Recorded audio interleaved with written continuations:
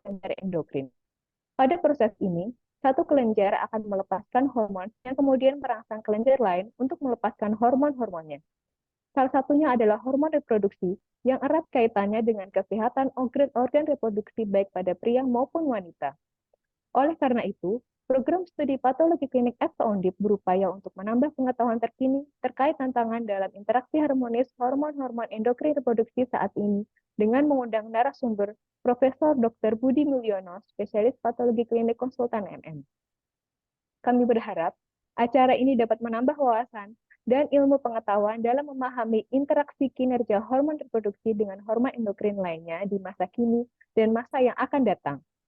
Untuk membuka acara pada pagi hari ini, mari kita awali dengan berdoa menurut kepercayaan dan keyakinan masing-masing. Semoga acara pada pagi hari ini dapat berlangsung dengan lancar dan memberi manfaat bagi kita semua. Berdoa dimulai.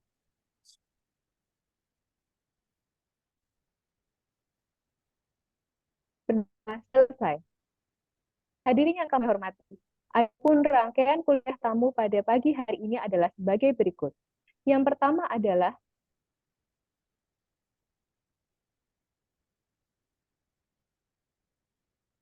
sambutan Ketua Program Studi Pendidikan Dokter Spesialis Patologi Klinik Fakultas Kedokteran Universitas Diponegoro oleh Dr. Nyoma Suciwidya, spesialis patologi klinik konsultan, dan akan dilanjutkan dengan kuliah tamu dengan judul Interaksi Harmonis Hormon-Hormon Endokrin Reproduksi yang akan disampaikan oleh Profesor Dr. Budi Mulyono, spesialis patologi klinik konsultan MM, dan dipandu oleh moderator Profesor Dr. Banundari Rahmawati, spesialis patologi klinik konsultan. Sebelum menginjak acara selanjutnya, izinkan saya membacakan visi misi program studi Departemen Spesialis Fakultas Kedokteran Universitas Diponegoro tahun 2021 hingga 2024. Visi tahun 2024, program studi patologi klinik FK Undip di pusat pendidikan profesi patologi klinik dan kedokteran laboratorium yang unggul di bidang metabolik endokrin. Misi yang pertama, menyelenggarakan program pendidikan profesi dokter spesialis patologi klinik dan kedokteran laboratorium bermutu dan unggul serta kompetitif di tingkat nasional dan atau internasional. 2. Menyelenggarakan penelitian yang menghasilkan karya ilmiah berhasil guna dan berdaya guna di tingkat nasional dan atau internasional. 3. Menyelenggarakan pengabdian kepada masyarakat yang dapat menghasilkan karya ilmiah berhasil guna dan berdaya guna dalam rangka meningkatkan derajat kesehatan masyarakat dengan mengedepankan budaya dan sumber daya lokal. 4. Menyelenggarakan tata kelola pendidikan tinggi profesi patologi klinik dan kedokteran laboratorium yang efisien, akuntabel, transparan, dan berkeadilan. Acara pada pagi hari ini akan kita awali dengan sambutan Ketua Program Studi Pendidikan Dokter Spesialis Patologi Klinik Fakultas Kedokteran Universitas Diponegoro. Kepada Dr. Nyoma Suciwidya, VTMK, spesialis patologi klinik konsultan, kami persilahkan.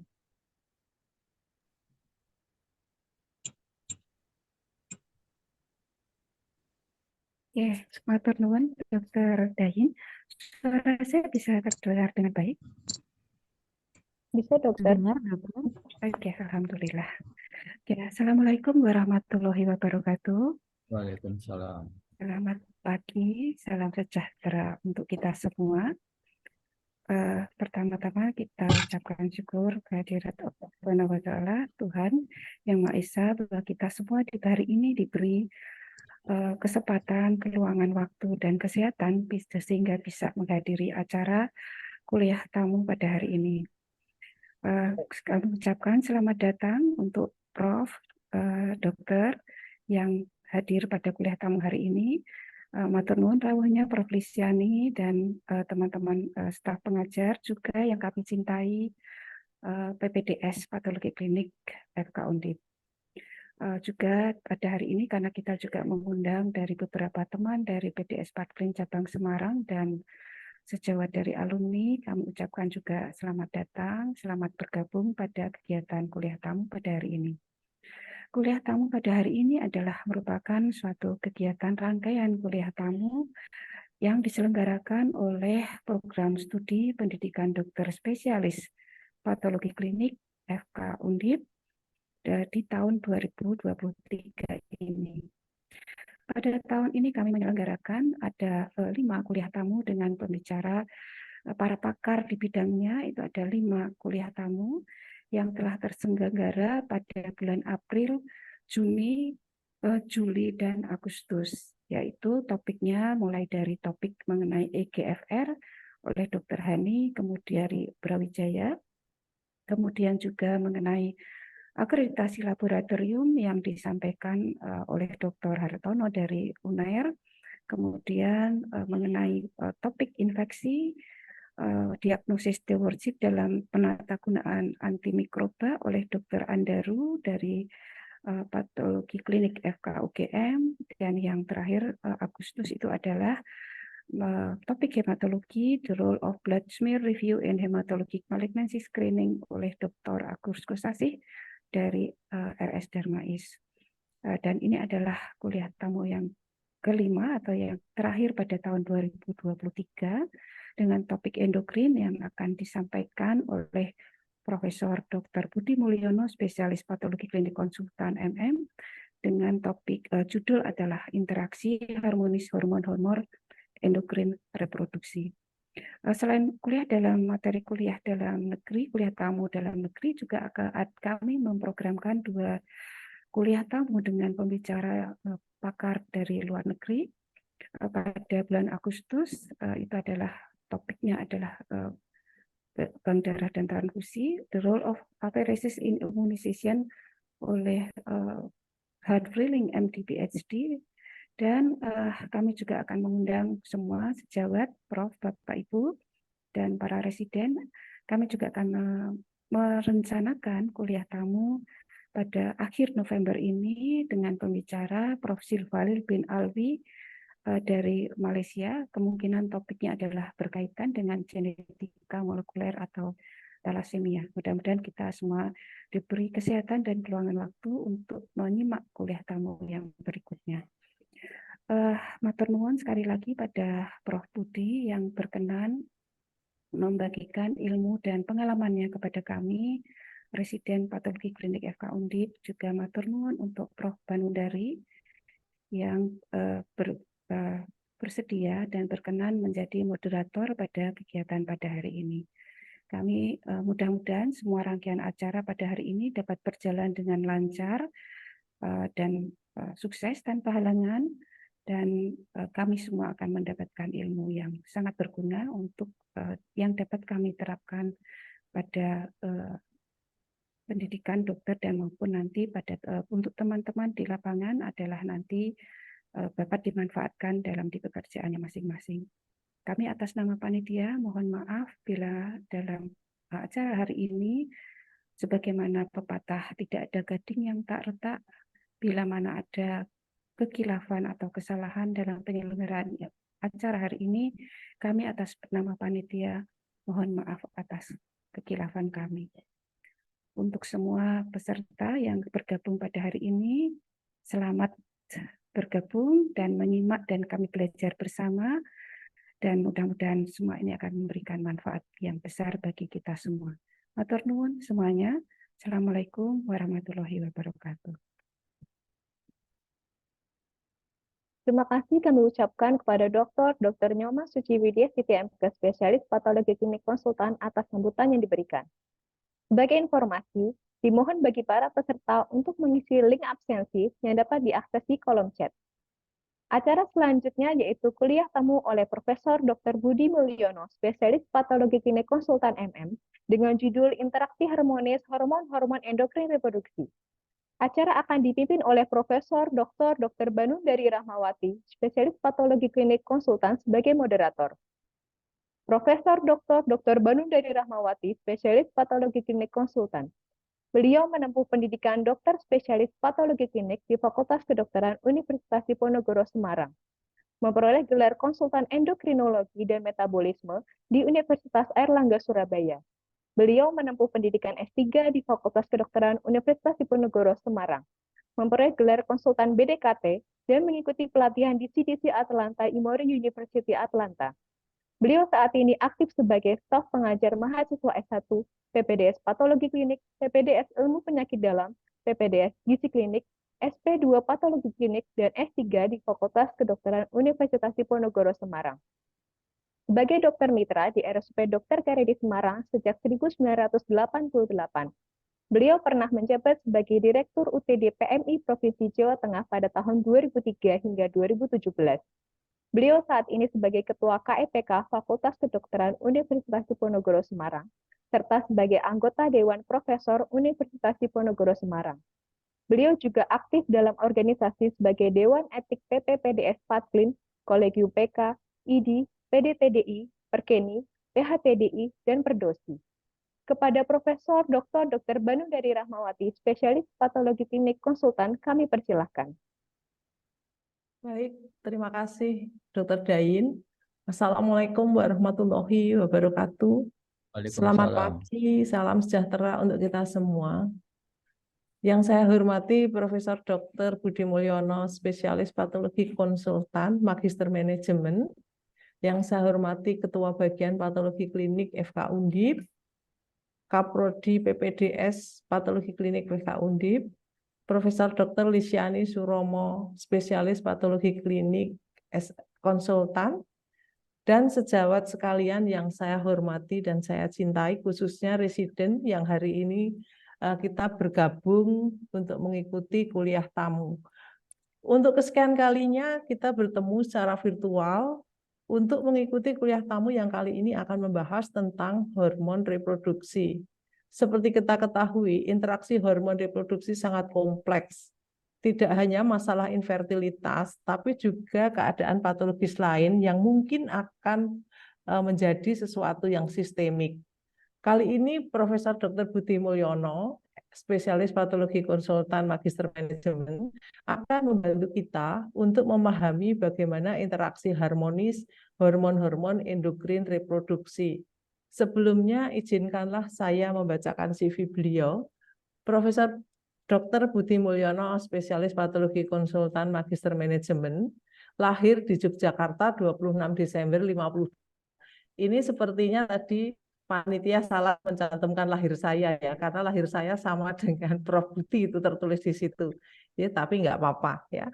Riwayat pendidikan beliau lulus dokter dari Fakultas Kedokteran UGM, spesialis patologi klinik Fakultas Kedokteran UGM, konsultan di bidang imunologi dan alergi Kolegium Patologi Klinik Indonesia, konsultan bidang endokrin metabolisme Kolegium Endokrinologi dan Metabolisme Kolegium Patologi Klinik Indonesia, Magister Manajemen Sekolah Pasca Sarjana UGM, dan Endokrinologi Universitas Kebangsaan Malaysia, kursus Biologi Endokrinologi WHO BKKBN Jakarta, kursus Imunologi Sel University Jepang, kursus Endokrinologi Metabolisme dan Biologi Molekuler Kobe University Jepang, kursus Epidemiologi dan Imunologi HIV Brown University USA, kursus Manajemen Pelayanan Kesehatan untuk HIV AHSM Australia. Jadi beliau cukup banyak pendidikannya dan pengalamannya. Beliau saat ini bekerja sebagai staf pengajar Universitas Gadjah Mada sejak tahun 1978 sampai sekarang dan guru besar Universitas Gadjah Mada sejak 1 Desember 2006.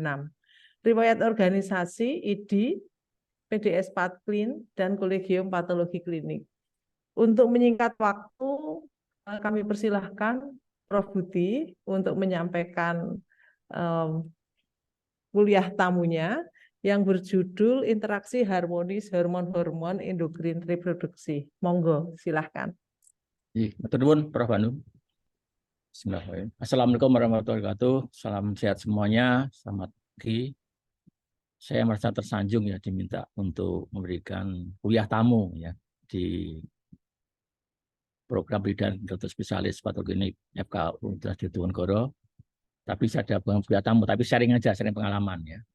Yang kami hormati Prof. Lisyani ya, di FK Undip, Prof. Hanung, Dr. Nyoman Suci sebagai kepala departemen dan sahabat-sahabat patologi yang lain yang hadir, dan juga yang saya cintai dan saya banggakan peserta didik program dokter spesialis patologi di Fakultas Kedokteran Universitas Diponegoro ya, yang merupakan masa depannya dari profesi patologi kliniknya. Karena sharing saya ini nanti adalah juga cerita sedikit tentang bagian perkembangan patoklinik di Indonesia. Baik, saya share screen ya.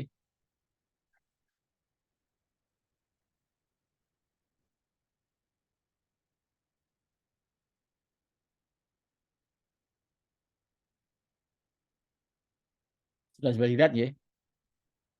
Sampun, Prof. Ampun, ya. Prof.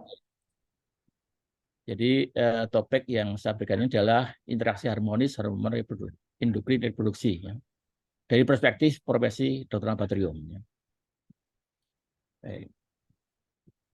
Sebelum saya mulai tentang materinya, mungkin ada baiknya saya cerita dulu bagaimana kok kita sampai memegang endokrin reproduksi ya. Ya, ini saya ngambil dari artikelnya Smith ya, Perubahan Person ya, yang kita pegang sebagai pedoman pendidikan kita di patoklinik ya. Jadi kata patoklinik kita mengambil dari istilah dari benua Amerika ya, yaitu memang profesi yang dikatakan ekspansif ya, jadi berkembang terus, tapi dengan jangkar di lab klinik ya. Nah, kalau kita memakai nomenklatur patoklinik itu kita membawakan ya dasar pengetahuan, dasar ilmu pengetahuan dan skill dalam patofisiologi ya. Itu menurut nomenklatur patologi ya. Kemudian kita berkembang sekarang adalah laboratorium medicine yang mungkin ini mungkin sangat mendunia sekali. Ternyata laboratorium medicine itu merupakan satu wahana akademik yang tinggi yang mentranslasi ya, menerjemahkan teknologi lab research dalam praktek klinik. Jadi lebih ke arah teknologi praktek klinik. Kita tahu bahwa pendidikan patologi ini ada bermacam aliran ya. Ada yang pakai polivalen, ada yang pakai monovalen. Ya, kita di Indonesia ini mengacu yang di Amerika Serikat, yaitu yang polivalen. Karena pada tahun 1953 awal itu pemerintah Indonesia mengirim Prof. Gandus Brata ke UCLA, sehingga kita mengacunya ke Amerika Serikat. Mereka menganut yang polivalen. Nah, di dunia ini yang mengikuti polivalen adalah di Jepang, Korea Selatan, Taiwan ya, full dari program-program dari ya. Kita mengikut sana ya. Tapi ada lain yang pakai monovalen. Nah, ini yang mungkin agak ya, jadi monovalen itu yang di Inggris ya. Tapi sekarang ini mengacunya semua ke laboratorium medicine. Ya. Kalau menurut American Council Graduate Medical Education (ACGME) itu bahwa pendidikan patoklinik itu harus meliputi patologi, chemical pathology, microbiology, ini yang banyak kita perdebatkan, yang kita juga sudah rapat rame-rame di MKKI dan KKI ya. Hematologi, quasi medical microscopy, blood banking, sampai sitogenik ya. Tapi adalah juga kita menyiapkan advance diagnostik teknik sebagaimana nikah akan ada di masa depan. Ini yang jadi beberapa molekuler yang sekarang adalah di sini. Dan perkembangannya kita di Indonesia mengembangkan pendidikan subspesialis. Ya. Ini bermula pada tahun awal 92 ya, Prof. Lismi masih ingat ya. Waktu itu kita belum ada kolegium patoklinik tapi masih board of study ya. Nah, kita kembangkan sana itu kita sepakat bahwa mengembangkannya kita mengikuti penyakit dalam. Ya. Kalau di Amerika Serikat mereka memakai tadi ranah dari ACGME ya dibagi hematologi, kimia patologi dan lainnya. Kita mengikuti penyakit dalam. Nah, khusus di endokrin metabolik ini kita memakai metabolik endokrinologi. Ini yang ya. Nah, dalam perkembangannya ini kita mengikuti alur itu lewat juga Permenkes nomor 3 tahun 2020 kemarin sampai yang terakhir. Ini menurut keputusan Konsil Kedokteran Indonesia tahun 2023 ya, baru saja lalu ya. Nah, sehingga kita mengembangkan adalah endokrinologi dan metabolisme. Kenapa? Ternyata waktu kita mengembangkan endokrin metabolik itu, teman-teman dari upstream itu minta kita terlibat, ya. Karena mereka merasa bahwa mereka mengembangkan pelayanan endokrin produksi ini belum dibantu oleh kita. Ya. Memang ada teman-teman lain yang membantu, sebagai contoh aja adalah dari teman Departemen Fisiologi dan Biokimia, tapi dari teman-teman di Upskin itu meminta kita karena kita lebih ke arah ke aplikasi klinik. Sehingga memang dalam rapat kolegium kita menyarankan bahwa nomenklatur metabolik endokrin kita ganti dengan endokrin dan metabolisme sampai sekarang ya. Ini yang sehingga memang kita perlu memahami endokrin lain yang di luar endokrin metabolik. Oleh karena ini saya dalam hal ini membawakan yang banyak diminta teman Opsi adalah endokrin reproduksi. Ini adalah nomenklatur kita kembangkan dan kita sudah disahkan melalui keputusan konsil tahun 2023 ya. Nah, ini ada kendalanya ya. Jadi saya mengatakan bahwa dalam pengembangan ini kita ada kendalanya. Ini mungkin Prof. Banun presor sendiri ya, kita berkali-kali diundang ke baik ke konsil, KMKI ya. Adalah adanya risiko keprofesian. Kita harus memahami bahwa ilmu kita sangat luas sekali. Sehingga mungkin kita harus share kompetensi dengan perusahaan lain. Ya, ini saya ceritakan ya. Contoh ada SOM mikrobiklinik jelas ya, akhirnya kita sudah sepakat dalam rapat bersama sudah kita putuskan baik SP Parka dan andrologi ya, ini ya ada teman andrologi ini memang mereka merasa involved di dalam endokrin reproduksi. Tapi sekarang ini kan mereka lebih ke arah klinisnya, ke kliniknya, dan mereka fokus ke endokrin pria ya. Nah, ini yang mungkin kita celahnya adalah kita endokrin wanita juga masuk ini. Kemudian adalah teman-teman di SPKN, donor nuklir nih. Karena adanya peraturan menteri yang mengharuskan rumah sakit tipe A harus mempunyai donor nuklir itu 2 orang. Nah, ini kita agak dan juga ya, karena mereka merasa bahwa mampu melakukan pemeriksaan lab endokrin ya. Tapi kita sudah sepakati ya, kebetulan adalah kalau pasien itu mendapatkan suatu terapeutik dari donor nuklir, ya, maksudnya tiroid itu memang pasien itu diperiksa di donor nuklir ya. Ini yang lainnya. Tapi mereka juga tidak melakukan di dalam reproduksi. Ini yang lainnya. Ya. Dan juga banyak yang lain ya. Jadi harus sepakati bahwa kita mengembangkan tadi profesi kita itu ada suatu kemungkinan riset yang lain. Kita maklumnya. Terutama sekarang adalah andrologi, tapi mereka sudah fokus pada penanganan di pria dan khusus padahal dalam alasan sperma ya. Untuk endokrinnya kita lepas ya. Ya karena itu saya mungkin share dengan teman di Diponegoro tentang bagaimana kita mensikapi pengembangan di endokrin reproduksi. Baik sebagai sistematika nanti saya adalah asis hipotalamus pituitari gonade, kemudian prospektif endokrin pria dan prospektif endokrin wanita dan juga tantangan yang mendatang. Baik.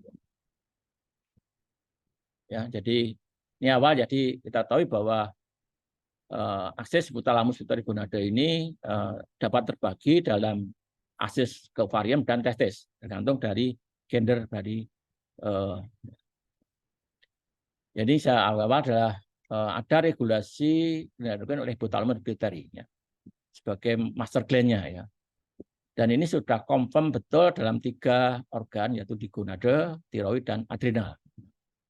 Nah, jadi adanya interaksi antara hipotalamus yang akan melakukan hormon regulatori ke hipofise, yang melakukan topik ke endokrin. Nah, kelenjar endokrin ini akan ada yang langsung dia punya efek metabolik ke sel-sel dan juga yang feedback negatif ke hipotalamus dan pituitari. Ya, oleh karena itu memang telaah pada endokrin reproduksi sangat kompleks sekali karena kita melibatkan hipotalamus maupun hipofise atau pituitari. Ya. Ini ya, Bapak, jadi kita tahu bahwa dari hipotalamus pituitari gonad itu dibagi dalam ovarium maupun testis atau kita tadi.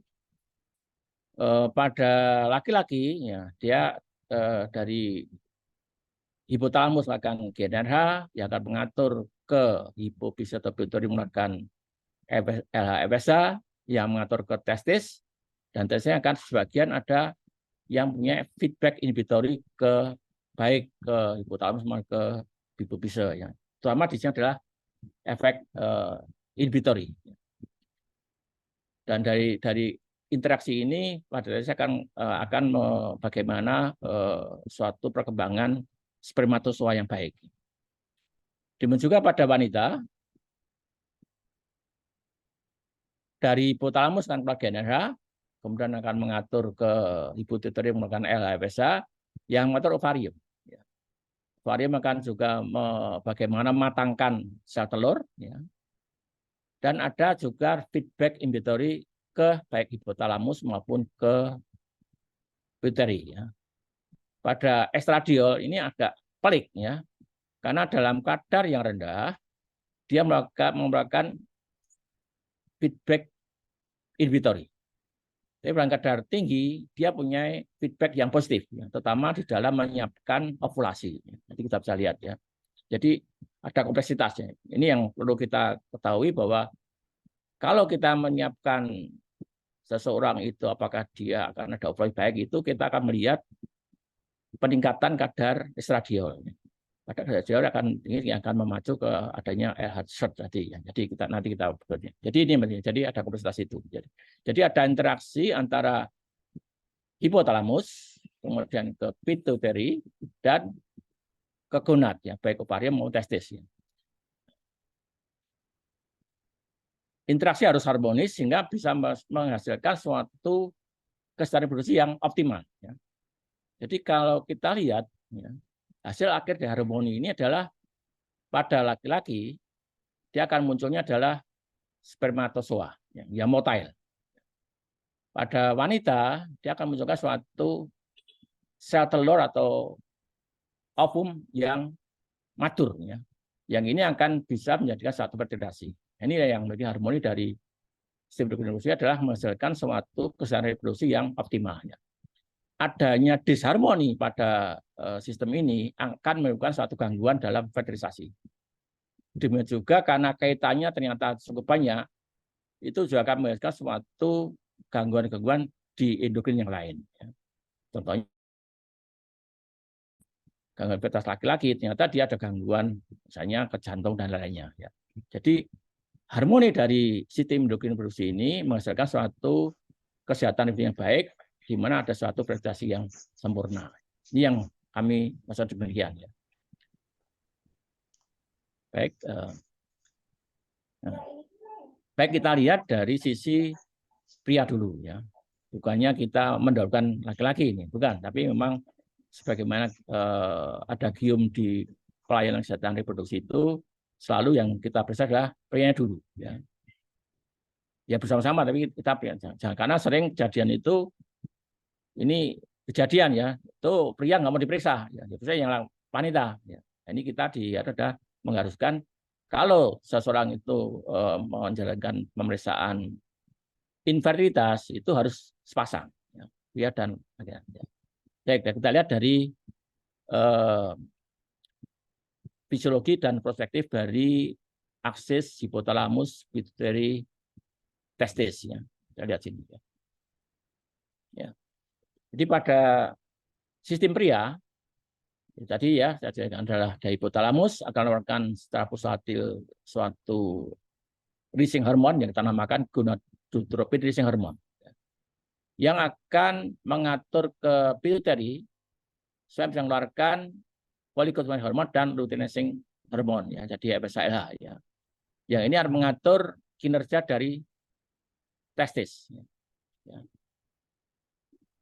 Kalau dari segi hormonal itu akan keluarnya testosteron yang dia akan punya feedback inhibitory baik ke hipotalamus maupun ke pituitary.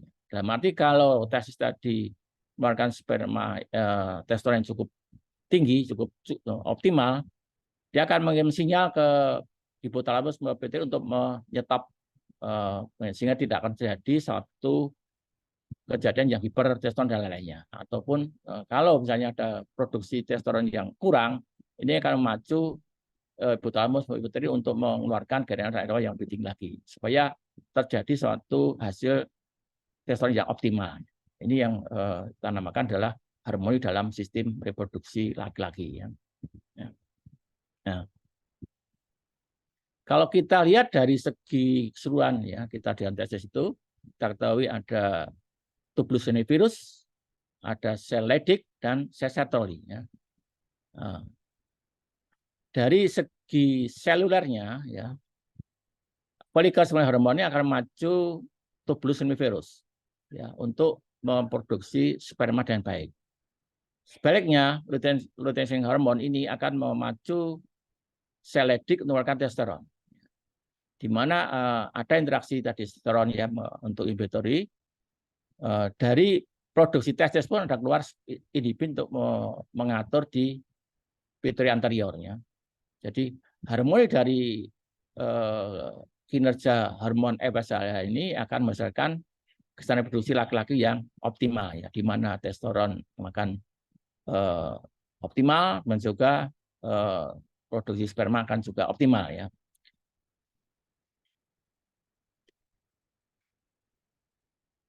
Ya, ya. Jadi kalau lihat dari sini ya, jadi general dari hipotalamus akan maju pituitary mengeluarkan FSH-LH ya, yang akan bekerja untuk jalannya spermatogenesis yang cukup baik ya, di mana sel Leydig yang menghasilkan hormon itu akan mengoptimalkan dari perubahan atau perkembangan dari spermatositnya. Pertama nanti adalah di dalam bagaimana memproduksi suatu sperma yang motile. Ya. Testosteron sendiri akan di artomasem menjadi dihidrotestosteron yang akan mengeluarkan motile sperma. Ya. Ini ya, jadi harmoni dari produksi LH ini akan memacu cukupnya testosteron yang akan menjaga kondisi adanya sperma yang motile, sperma yang bergeraknya cukup bagus ya.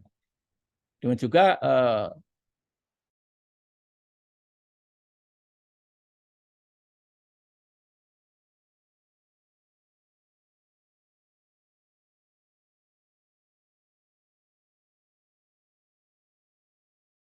steroid hormon yang merupakan hormon yang tidak larut dalam air ya, sehingga dia perlu ada suatu protein pengikat supaya dia bisa di dalam air sehingga dapat larut di dalam darah ya. Jadi itu ya. Jadi ini interaksi ini supaya dari harmoni dari sel-sel baik tubulus virus, sel Leydig, itu menghasilkan suatu kesadaran reproduksi yang baik di mana munculnya sperma motile yang cukup untuk fertilisasi. Ya. Dari akses hipotalamus pituitary ini akan kita lihat munculnya secondary karakteristik yang cukup baik pada laki-laki, ya, di mana munculnya suara yang lebih berat, ya, bariton, kemudian juga munculnya ya beberapa rambut-rambut yang mungkin tidak ada pada wanita ya.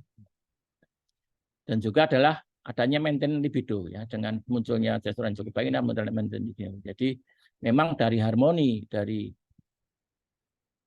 hormon reproduksi laki-laki ini adalah munculnya kesadaran reproduksi pada pria yang cukup optimal ya, baik ya. Ya, jadi adanya sperma yang motile cukup, dan juga adalah munculnya tanda-tanda karakteristik seksual sekunder yang pada laki-laki.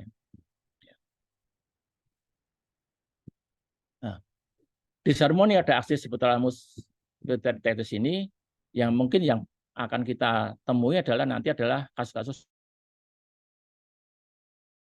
ini mungkin nanti yang akan banyak kita temukan ya. Karena saya yakin di rumah sakit tipe C itu dari prospektif laboratorium itu hanya SPPK ya. Mungkin belum ada SP andrologi dan lainnya ya. Sehingga mungkin dari teman-teman klinis dari kebidanan atau obskin ini akan banyak minta bantuan kita bagaimana kita membantu mereka penanganan pada pria ya. Ya. Jadi pada pria ini kita tahu bahwa cukup tinggi ya, kejadian itu dikerjakan ada 10-15% pasangan oleh gangguan kesuburan, dan penyebabnya itu 50% belum kita tahu. Jadi masih satu fenomena yang perlu kita telaah beberapa aspeknya kliniknya. Dari segi hormon dan sperma baru 2% ya, termasuk ibu dan Klinefelter ini harus berbagai situ genetik, ada sindrom XXY ya.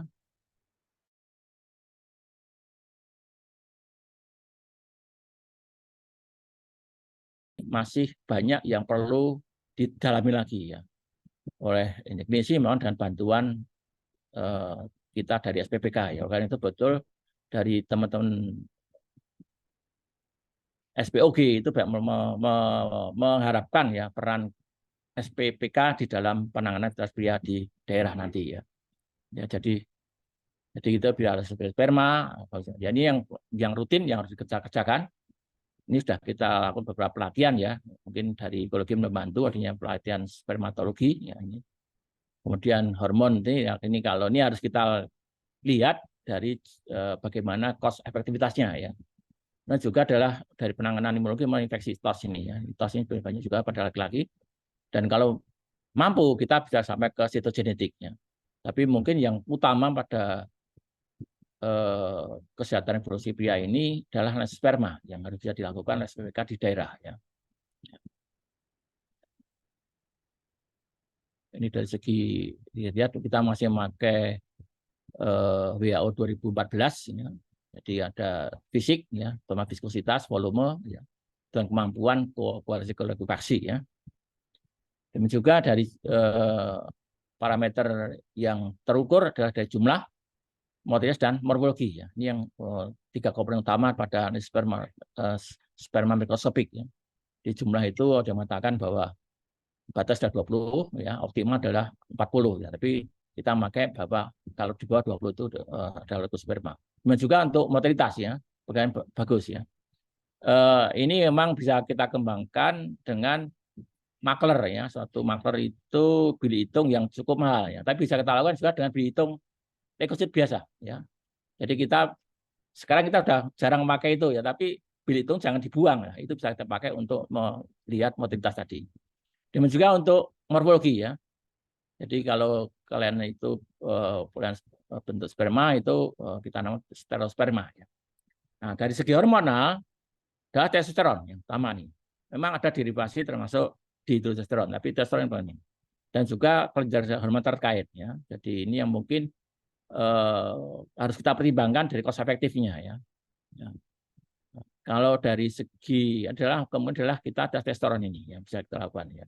Kalau kortisol lainnya mungkin tergantung dari tadi jumlah pasiennya bagaimana. Nah, tiroid ya. Jadi kita juga kadang untuk evaluasi hormon endokrin produksi pada laki-laki ini adalah hormon tiroid ya. Jadi ini yang dari segi aspek invaliditas pria ya. Kemudian ada kasus lain ya, ini kita jadi ada interaksi yang cukup tinggi ya antara testosteron. Kita ingat bahwa pada manusia ini ada satu kelenjar anak ginjal atau kita adrenal ya, bagian kortek itu juga memproduksi testosteron ya. Jadi testosteron itu bisa dari testis maupun dari adrenal ya. Dan ini ada pada wanita juga ya. Jadi wanita punya testosteron dari adrenal ya. Ini yang kita. Jadi kalau lebih lanjut memang kita lihat dari derivasinya ya. Tapi minimal testosteron ini yang bisa kita lakukan untuk membantu penanganan invaliditas pria ya. Yang aspek kedua adalah hipogonadisme pria. Ini merupakan sindrom di mana terjadi defisiensi ya, salah satu atau dua fungsi testis. Kita tahu bahwa kita ada 2 testis. Defisiensi salah satu bisa merupakan satu kekurangan tidak optimal dari endokrin produksi pria. Ya. Kita bedakan ada primer, sekunder. Ini primer itu kasus testis, sekunder pada kelenjar di atasnya yaitu di pituitary dan hipotalamus ya. Kemudian juga kognitan di depannya. Manifestasi dari hipogonadisme ini sangat bervariasi. Yang dari tidak spesifik sama yang sangat spesifik. Misalnya Malaysia, mungkin otoporose pada lelaki dengan ototnya, yang karena dirunut ternyata dia ada suatu hipogonadisme pria ya. Sampai spesifik yang keluarnya ya libido ini ya. Orang libido pada laki-laki yang masa-masa reproduktif ya. Adanya erectile dysfunction ya. Ini juga banyak terjadi. Adanya ginekomasti ya dan fertilitasnya. Nah, dikatakan bahwa pada dekade terakhir ini frekuensi hipogonadisme pria pada laki ini sangat meningkat ya. Dulu disangka adalah pemakaian testosteron ya. Jadi pada pria yang gemar bodybuilding memakai anabolik steroid menimbulkan gangguan di testosteron. Tapi jangan lupa adalah stresor ya. Karena penelitian dari Profesor Diki itu ditemukan bahwa pada mahasiswa kedokteran ya, itu tendensi untuk kortisol tinggi dan rendah itu sangat tinggi sekali. Ini yang perlu ya. Ini saya nggak tahu di residen nanti bagaimana. Tapi di hipogonadipria ini sangat marak pada tahun terakhir ini ya. Jadi beberapa penelitian mengatakan bahwa kadar testosteron itu makin rendah pada program mahasiswa tertentu dan juga kortisolnya tinggi. Ya. Sehingga memang tadi dikatakan bahwa ada satu stresor tadi. Ya. Ini berbeda ya. Jadi ini satu perspektif yang mungkin akan banyak kita temui juga di daerah. Ya. Karena stresor ada di mana-mana ya.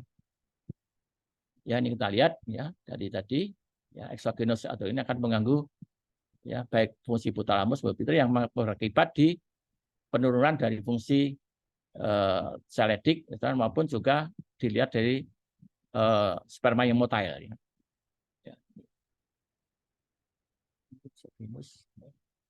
Nah, jadi memang kita tahu bahwa adanya keterlibatan hipotalamus dalam terlibatnya pituitary yang merupakan komponen dari sistem nervus sentral ya, banyak faktor yang mempengaruhi ini. Ya, yang mengakibatkan penurunan GnRH, penurunan juga nanti penurunan dari LH-FSH ini. Jadi ini ya, sehingga berakibat pada hasil akhir di testosteron maupun di sperma ya. Ini. Ya, jadi ini ada sistem limbik ya, kita tahu ada tebalan indolamin ya, ini dan nitrous oxide dan ini mengakibatkan di mana stresor psikis itu akan mempunyai satu efek di area limbik ini ya. Ya, ini ada bahwa kita tahu bahwa beberapa reseptor ya itu ada di mana-mana ya. Jadi kita bagi ada reseptor estrogen, androgen ya. Juga ada inhibin ya. Ini ada sehingga dikatakan bahwa stres, nutrisi juga pengaruh, exercise yang berlebihan ya. Ini juga termasuk dari seasonal cue ya.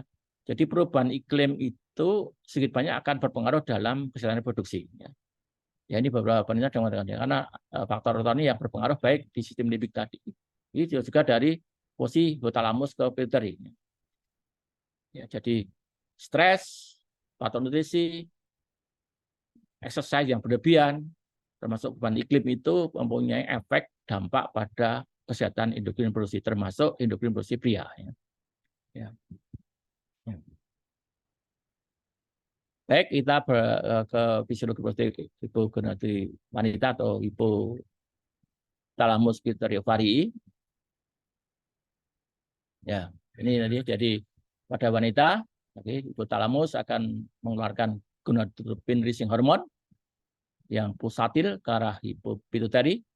Pituitary akan mengeluarkan LH-FSH yang berpengaruh pada ovarium maupun di ini.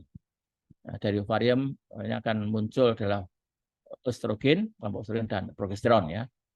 Di mana ini ada pada hasil akhir dari harmoni sistem endokrin produksi ini akan berdasarkan standar produksi wanita yang baik ya, baik dalam siklus haidnya mau sampai ke fertilitas di mana keluarnya sel telur yang matang ya. Kalau kita lihat dari feedback mekanisme ini ya, jadi dari hipotalamus dan pituitary mengeluarkan FSH-LH, FSH akan menstimulasi perkembangan folikel ovarium. Ya. Kemudian LH ya, akan memicu produksi hormonalnya, ya. Di mana pada hormonal ini ada satu fenomena bahwa untuk pelepasan ovum dari folikel ya, diperlukan satu fenomena LH, ya, adanya suatu banjir luteinizing hormon ya. Nah, banjir hormonnya dimulai dengan adanya level estrogen tinggi. Jadi feedback dari estradiol itu ada dua. Ya. Kalau dalam level yang rendah, dia memacu FSH dengan baik. Tapi dalam level tinggi, ya, dia akan memacu produksi HA yang tinggi sekali. Ya. Jadi estradiol yang tinggi akan memacu hipopituitari mengeluarkan LH yang tinggi, LH short, ya, banjir LH. LH short ini diperlukan pelepasan oosit yang matang dari folikel. Ya, kalau tidak jadi peninggian estradiol ini, nggak akan jadi suatu pelepasan oosit yang matang dari folikel, ya. Sehingga memang dari pemeriksaan hormon wanita ini diperlukan satu pemeriksaan serial tentang estradiol, ya, untuk melihat fungsi ini. Ya. Jadi kita tahu yang FSH ini membantu pengembangan folikel, kemudian membantu fungsi folikel untuk produksi hormon atau estradiol. Estradiol akan membantu juga adanya SERT, ya, atau banjirnya LH yang akan melepaskan oosit yang matang dari uran. Jadi artinya ovulasi. Ya. Ya. Nah. Sehingga kalau dalam dinamika endokrin produksi wanita, ya, kita lihat, ya, adanya fluktuasi dari FSH-LH, ya, di mana juga pada LH ini ada suatu yang dinamakan LH short, ya, banjir LH yang akan memicu keluarnya oosit dari folikelnya. Ini gambaran lewat USG. Jadi biasanya pada pemantauan endokrin reproduksi wanita ini ada sinergi atau kerjasama antara teman-teman di SPOG yang memantau perkembangan folikel, ya. Dia akan melihat folikel berkembang, tapi folikel ini harus kita lihat dari fungsinya, ya. Jadi fungsinya harus kelihatan, ya, dari produksi estradiol. Oleh karena itu kadang-kadang estradiol kita bisa 2 kali, ya. Di pada awal, ya, awal, kemudian pada menjelang ovulasi, ya. Karena estradiol yang tinggi ini menunjukkan fungsi folikel yang baik, ya. Jadi kalau ada folikel tapi fungsi estradiol tidak baik, ini adalah disfungsional, ya. Ini akan menjadi gangguan pada reproduksi wanita tadi. Ini, ya, jadi kita periksa FSH-LH, ya, kemudian estradiol sebaiknya dilakukan 2 kali, ya, pada awal, ya, fase folikuler dan menjelang ovulasi, ya. Ya. Setelah jadinya ovulasi akan muncul dah progesteron. Ya, sebenarnya kita pakai untuk memonitoring pasca ovulasi. Ya. Jadi tingginya progesteron pada pasca ovulasi menunjukkan bahwa terjadi menstruasi dengan munculnya oosit yang sebenarnya. Jadi ovulatory menstruasi, ya. Kalau seorang wanita menstruasi dikatakan haid tapi tidak ada sel telur, tidak akan muncul progesteron yang tinggi pada pasca ovulasi ini. Jadi ini kita periksa pada fase-fase luteal, ya, di akhir tadi, ya. Jadi pada melihat dinamika FSH ini memang kita perlu periksa FSH, kita perlu periksa estradiol sebaiknya dilakukan 2 kali untuk melihat fungsi ovarium yang cukup baik.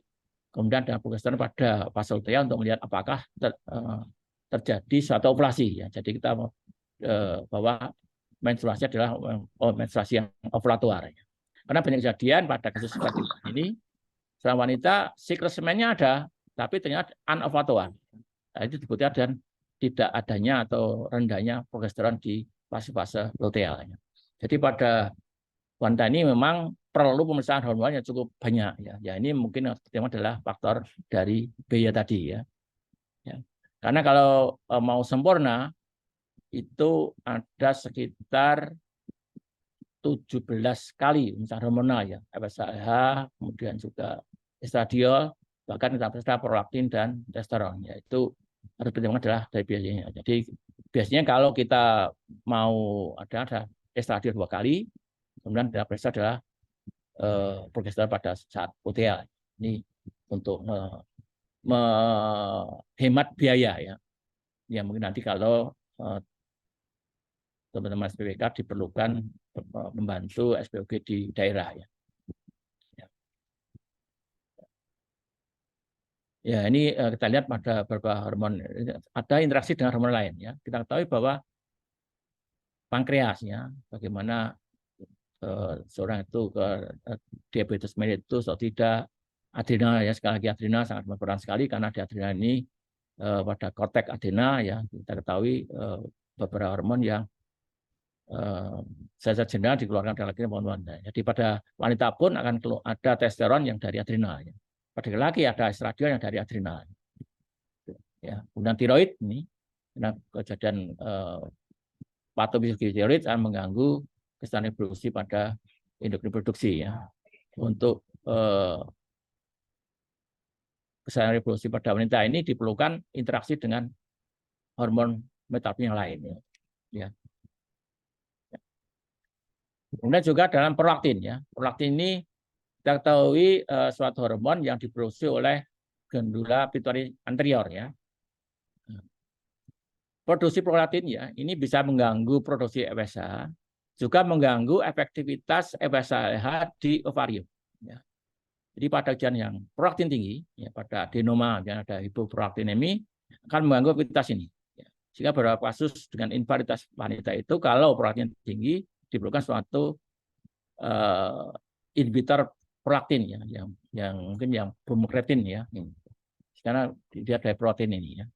Demikian juga ada endorfin katekolamin ya, tapi ini mungkin masih bukan perhitungan biaya. Tapi kalau prolaktin ini sangat diperlukan sekali dalam memonitor kesadaran produksi wanita ya, terutama ada ya kasus-kasus invaliditas ya, kadang perlukan. Apakah ada proteinemi enggak, hiperproteinemi ya.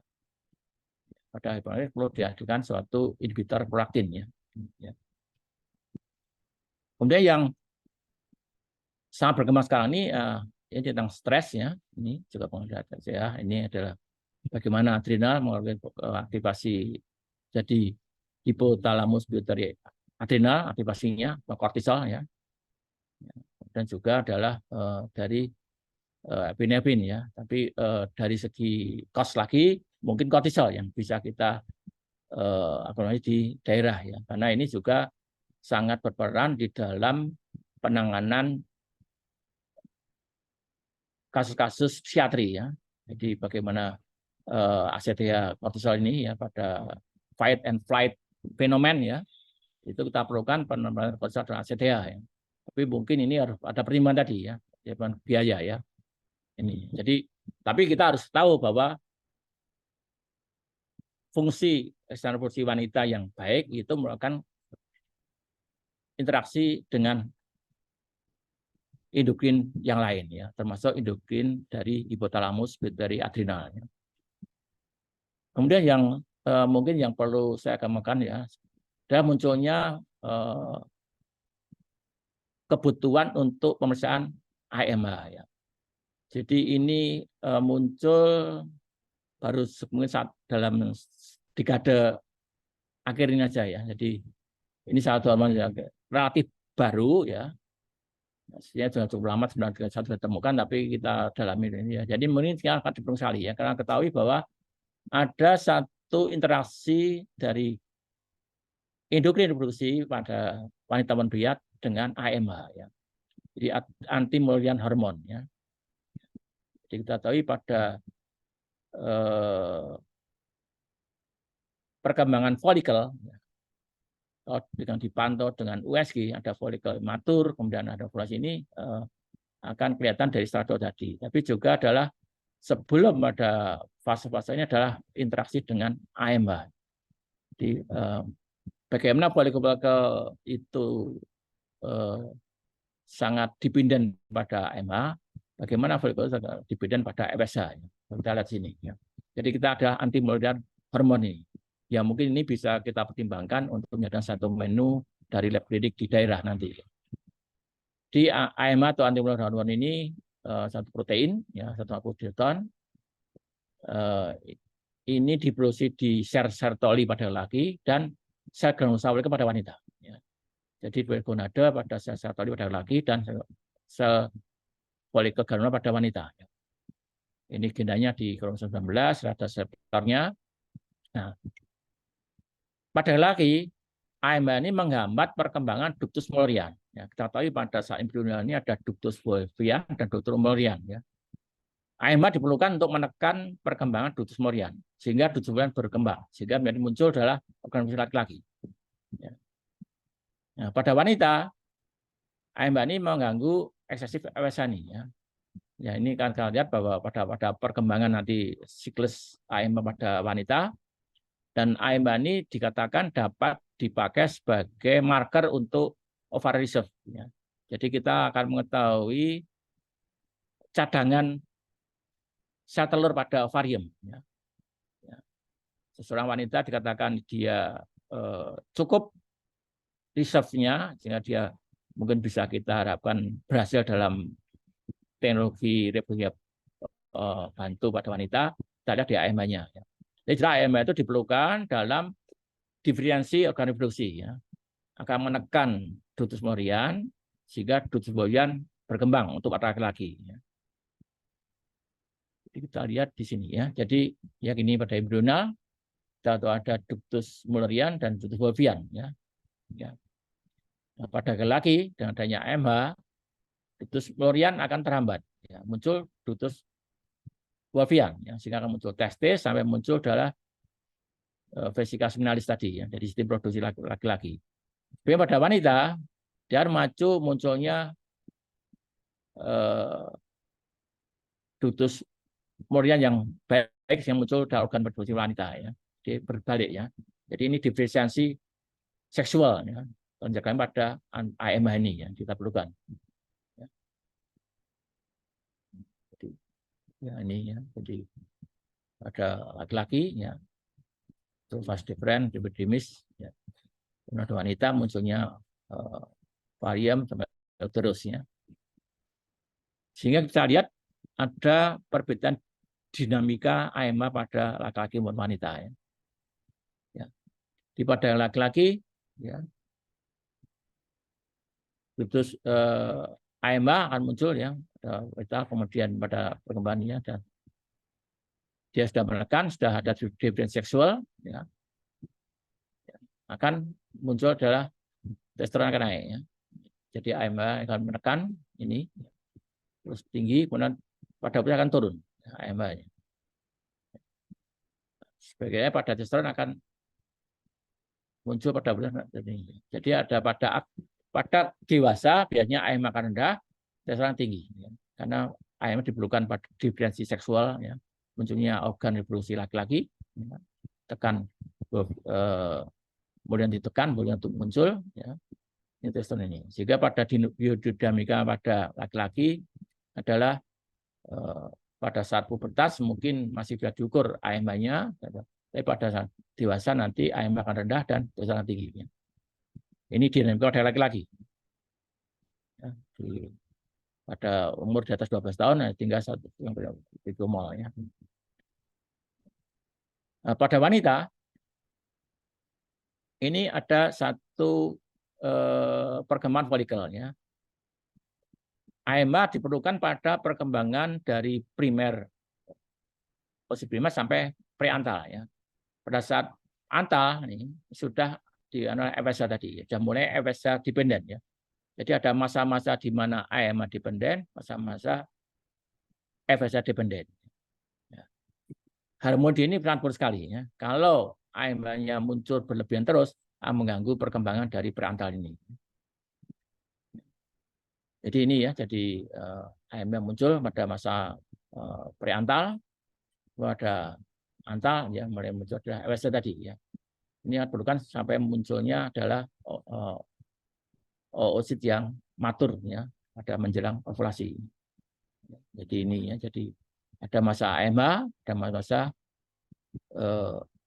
kontrol dari FSH, ya. Jadi AMH ini diproduksi oleh sel folikel sehingga merupakan kontrol parakrin, ya.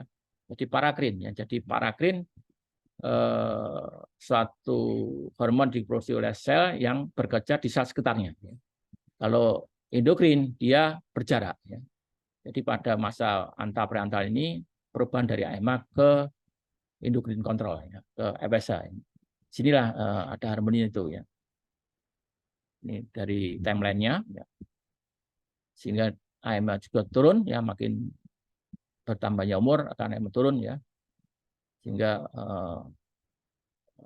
bisa dilihat dari perkembangan berapa folikel yang ada, ya. Ya, ini pakai ELISA sudah ada, mungkin sudah banyak sekarang ya tes itu.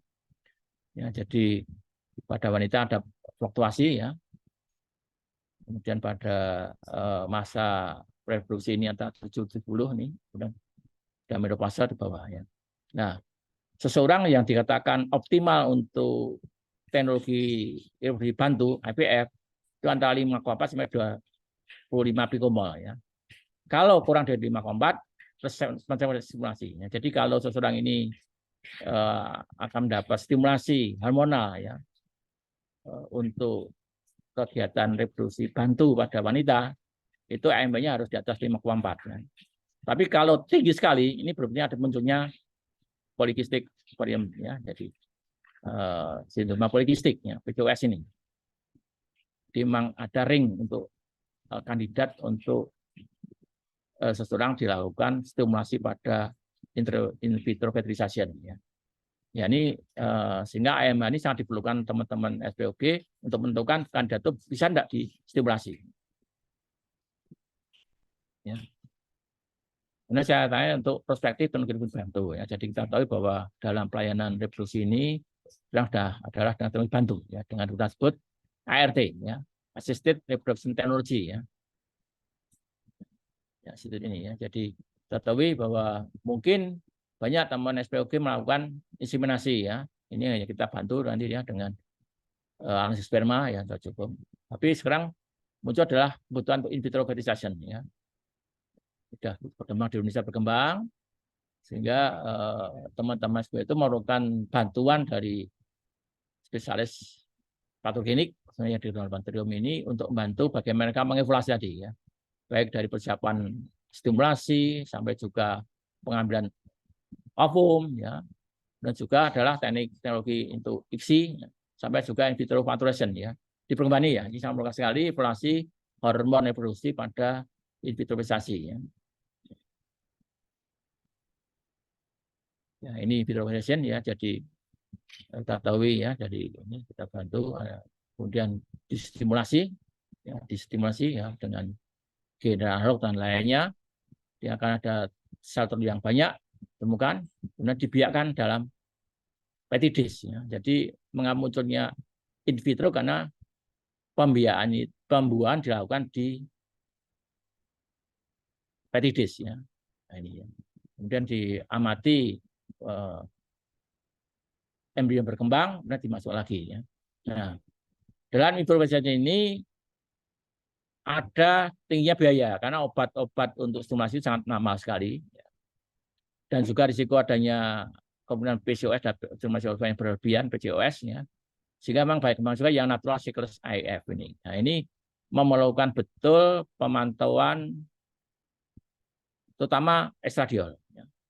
Jadi seseorang melakukan natural cycle untuk menghemat tidak salah stimulasi dan memerlukan pemantauan estradiol ya. Ya, jadi ini teknologi bantu pada reproduksi yang kita kenal IVF yang sudah marak sekali karena beberapa lab reproduksi ya yang bersama rumah sakit ini sudah banyak berkembang di mana-mana ya. Nah ini memerlukan evaluasi hormon reproduksi dari patogenik. Ya. Ini ya jadi mengapa itu adalah dibiarkan di petidis dan di perkembangan ya. Ya lalu kemudian dimasukkan ke ovari ke uterus ya. Jadi, nah, yang kelas ini ya. Jadi ini persiapan ini memerlukan pemantauan endokrin reproduksi wanita pada wanita yang dilakukan IVF tadi ya. Dan ini bantu semoga dibantu oleh patogenik juga ya. Yang berkembang adalah ICSI ya. Jadi bahwa kejadian bahwa spermnya nggak banyak. Sehingga sekarang dilakukan adalah dengan ICSI ya. Jadi tadi harus dimasukkan sperma yang cukup optimal dalam petidis atau kalau hanya 1-2 dilakukan penyuntikan langsung ke oosit yang sudah matang ya. Ini ICSI ya. Untuk ini ya. Ini jelas memerlukan analisis sperma baik ya, testosteronnya baik dan juga adalah dari segi endokrin reproduksi wanitanya ya. Ini. Nah, kemudian yang adalah in vitro fertilization ya. Jadi kalau pada IVF yang konvensional itu diperlukan pengambilan sel telur yang matang, ya. Ya, itu merupakan tadi ya ada risiko pemantauan, risiko pemajuan yang cukup tinggi biayanya. Sehingga sekarang adalah dengan diambil sel telur yang belum matang, ya, yang belum mengalami proses meiosis yang lengkap, ya, diambil. Kemudian dimatangkan dalam laboratorium. Nah, kemampuan ini sangat memerlukan adalah pemantauan dengan AMH. Jadi ini konvensional, ya dimatang, kemudian ini ambil, sudah matang. Kalau pada IVM, maturation ini diambil sebelum matang, kemudian dibiarkan selama 1-2 hari, ya, matang ini. Pemantauan untuk ini sebaiknya dilakukan pada kadar-kadar AMH yang optimal, ya. Ya, ini gambar dari matur, ini sudah matur, ya. Ya, jadi development dari sel telur tadi. Ini ada pengembangan ya. Ya. Ini gambar dari tadi pengembangan sel telur sudah matang. Masih. Ya. Nah, AVM ini sangat berkembang sekali pada dekade ini, ya, karena ternyata memang sel telur yang diambil sebelum matang ini juga tidak masalah, ya. Ya, diambil kemudian dikultur in vitro, ya. Memang ini shoot yang pada kejadian Beza. Nah, bayi dari IVM, ya, dari in vitro maturation ini tidak menunjukkan mutasi yang berbeda dengan IVF konvensional, ya. Jadi secara genetik tidak bermasalah. Bayi-bayi dihasilkan dari teknik in vitro maturation ini tidak berbeda dengan in vitro fertilization, ya. Ini cukup menghemat biaya lagi, ya. Tapi pemantauan endokrin reproduksi harus lebih ketat lagi. Ya. Ini ada comparison ini, ya, dari IVM. Ya, jadi tidak perlu medication, ya, jadi stimulasi nggak perlu. Ya, ini blood pooling ini perlukan, ya, ya, maturasi ini, ya. Sehingga memang dari segi biaya IVM dikatakan lebih murah daripada IVF, ya, tapi memerlukan pemantauan yang lebih ketat.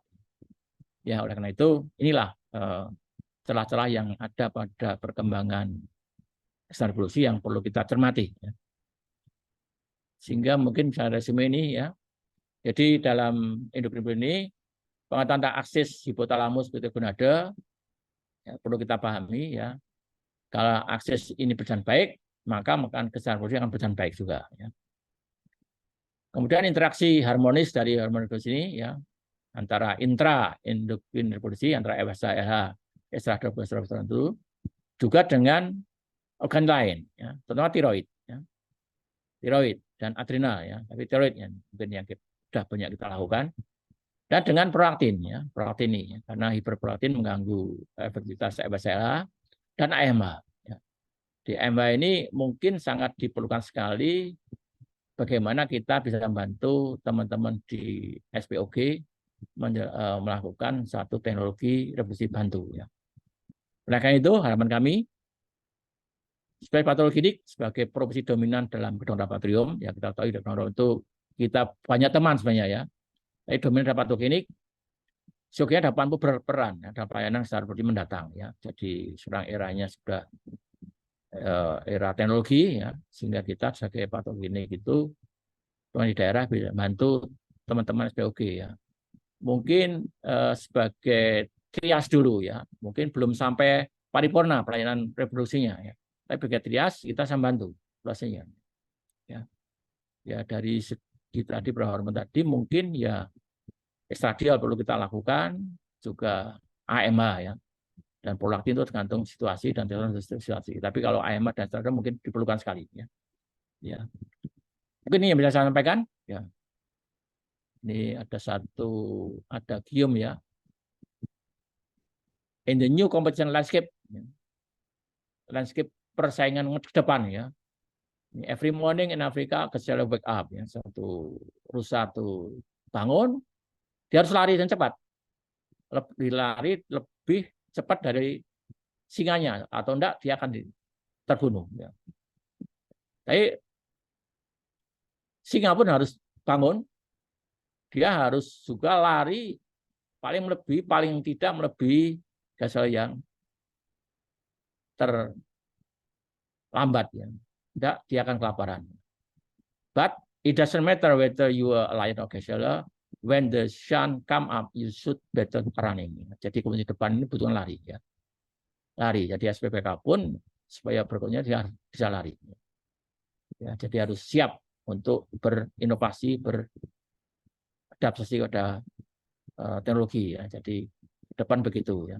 Jadi untuk yang muda-muda ini masa depan itu kita tentukan dengan kemampuan kita sendiri ya. Oleh karena itu memang kami di kolegium ini berupaya membantu ya. Saya nggak tahu nanti ke depan bagaimana, tapi dari segi perangkat administratifnya, perangkat itu kita bantu supaya kita kompetisinya bisa siap kompeten tadi ya.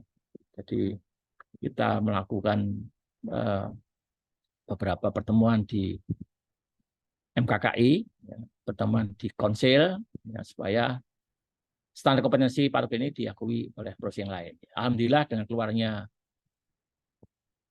standar pendidikan subsalis yang oleh KKI pada bulan Juli kemarin ya, Prof. Hanun ini sudah diakui lah kita. Ya, kita tinggal siap, kita mau lari enggak? Untuk kita sendiri. Mungkin itu yang bisa saya sampaikan. Mohon maaf kurang lebihnya ada saya mohon maaf ya, tadi mungkin ini yang bisa saya sharekan bahwa endokrinologi di luar metabolisme itu kita dinantikan ya di dalam endokrin produksi ya. Ini mungkin kita yang bisa sharekan nanti bagaimana kita membantu teman-teman klinisi di daerah ya. Kalau di pusat saya yakin kita sudah lah, tapi kalau di daerah itu tadi ya harus siap untuk berlari. Mungkin demikian Prof. Hanun. Ya. Saya baik. Stop. Terima kasih Prof. Budi atas presentasinya yang sangat bagus, ya, komplit. Ya, jadi di sini kita makin tahu bahwa tantangan buat kita seperti tadi dikatakan Prof. Budi antara rusa dan singa mana yang jadi artinya untuk yang muda-muda. Kalau mungkin Prof. Budi, Prof. Lis itu sudah zamannya kemarin. Ya, satu mulia aja nanti. Ya, tapi yang muda-muda tidak boleh berdiri berjalan atau bahkan hanya berdiri di tempat. Ya. Baik, untuk selanjutnya mungkin kita akan buka sesi diskusi atau pertanyaan. Silahkan, apakah ada panitia bisa men-share? Nih. Pertanyaan pertama, Prof. Budi dari Dr. Dila, apakah epinefrin terpengaruh apabila kortisol tinggi dalam kurung pada pasien psikiatri, apakah bisa menyebabkan metabolisme yang melambat? Ini pertanyaan Dr. Dila, Presiden PK, Prof. Budi. Monggo. Iya, memang epinefrin ya sebagai hormon diproduksi oleh medula adrenal itu akan terpengaruh ya. Tapi memang kita ya untuk epinefrin ini belum kami belum pernah melakukan ya epinefrin. Kita kortisol nih. Pada pasien psikiatri ini yang perlu adalah asetia sebenarnya. Jadi bagaimana asetia kortisol ini ya. Karena kita akan melihat suatu stres yang kronik memang yang akut ya. Yang akut biasanya asetia kortisol tinggi. Pada yang sudah kronik, biasanya ACTA-nya sudah rendah atau tinggi. Ya, jadi itu. Jadi kita perlukan nih. Epinefrin tidak terpengaruh, tapi kita misalnya epinefrin itu tidak. Saya belum pernah mencoba lah. Itu dan juga belum banyaknya itu. Ya. Tapi jelas terpengaruh ya karena sistem kortisol ini dari adrenal tadi, korteks maupun ke itu sangat terpengaruh sekali. Ya. Pada pasien psikiatri pernah kami lakukan adalah pemeriksaan kortisol dan ACTA, terutama dalam mengevaluasi fight and flight fenomen tuh, Prof. Hanun ya. Tuh teman-teman psikiatri lebih di ACTA kortisol. Itu pun ACTA-nya masih dianggap mahal ya karena ACTA juga cost-nya masih tinggi sekali. Sehingga kita yang ngasihkan ya kortisol. Kalau kortisol sudah cukup banyak dan cukup murah. Jadi kita ya meriksa untuknya ada kortisol saja. Tapi apakah pengaruh epinefrin bagaimana itu memang ada pengaruhnya. Tapi apakah realnya kita nggak tahu. Kita hanya misal kortisol untuk pasien psikiatri. Nggak tahu. Jadi dan ini mungkin kalau di daerah juga mungkin teman-teman psikiatri belum banyak yang membutuhkan ini. Kita pun di Sarjito, saya nggak tahu di Karyadi ya, itu ya berkali membujuk teman psikiatri untuk memeriksa kortisol. Ya, sehingga kita pernah penelitian kortisol dan ACTH. Bahkan pada konteks di pelayanan reproduksi wanita yang ada gangguan infertilitas ini, kita lihat kortisol dan ACTH-nya. Ya. Jadi kalau dia ACTH dan kortisolnya tinggi dan diperiksa predik tinggi, ini jelas dia punya satu penyakit tinggi. Ya, sehingga perlu penanganan psikiatri yang cukup intens. Jadi gitu. Tapi kortisol ini yang bisa kita lakukan sebenarnya, karena cukup murah dan mungkin bisa ya nggak begitu mahal sekali lah. Tapi kalau PNM itu, jadi gitu ya. Ada pengaruhnya. Jika kita sebagai triasnya aja kortisol tuh. Kalau kortisolnya normal nggak masalah. Tapi kalau tinggi ya harus dibagi yang lain. Apalagi pada tadi hipogonadria ini, kortisolnya tinggi, ternyata kortisolnya rendah. Mana Bu Prof Nun? Baik Prof. Jadi mungkin bisa ditambahkan ya, kortisol dan epinefrin itu kan kalau ada ya, kalau stres yang jangka pendek, misalkan seseorang yang mau ujian dan sebagainya, itu kan lebih kortisol ya Prof. Tapi kalau stres yang jangka panjang, itu epinefrin. Dan epinefrin ini kan neurohormon, jadi memang agak susah. Ya, berbeda. Epinefrin bukan kortikosteroid ya, tapi kortisol adalah hormon kortikosteroid. Baik, monggo yang pertanyaan berikutnya silahkan ditayangkan. Waktunya masih cukup banyak sekali dari Dr. Amita. Pada pria, mana yang lebih dahulu terdeteksi antara gangguan hormon dan ketidaknormalan sperma, misalkan volume, jumlah, motilitas maupun bentuk. Monggo, Prof. Ya, tadi ya pertanyaan itu memang harmoni dari endokrin reproduksi pria ini membutuhkan sinergi ya, baik dari jalur hormonal ya, dari hormon tadi dan jalur spermatogenesisnya. Ya. Jalur spermatogenesis ini ya, memang dibuat oleh FSH ya. Tapi pada saat bahwa sperma yang sekunder dibentuk sampai nanti motilitas itu dipengaruhi oleh optimalnya testosteron maupun derivasi testosteron, ya termasuk dihidrotestosteron. Ya. Itu ada sinergi. Memang kalau dari segi ini, biayanya kita lebih baik meriksa adalah hasil sperma dulu. Karena ini nggak mahal, Bro. Jadi kita selalu sperma. Dan sperma itu tidak bisa dilakukan hanya sekali. Ya ada yang 2 kali, 3 kali. Ya, begitu dia bisa optimal, itu bagus. Ya. Tinggal kita lihat, ya. Kalau dia motilitasnya kurang, baru kita lihat nanti sperma testosteron bagaimana. Ya.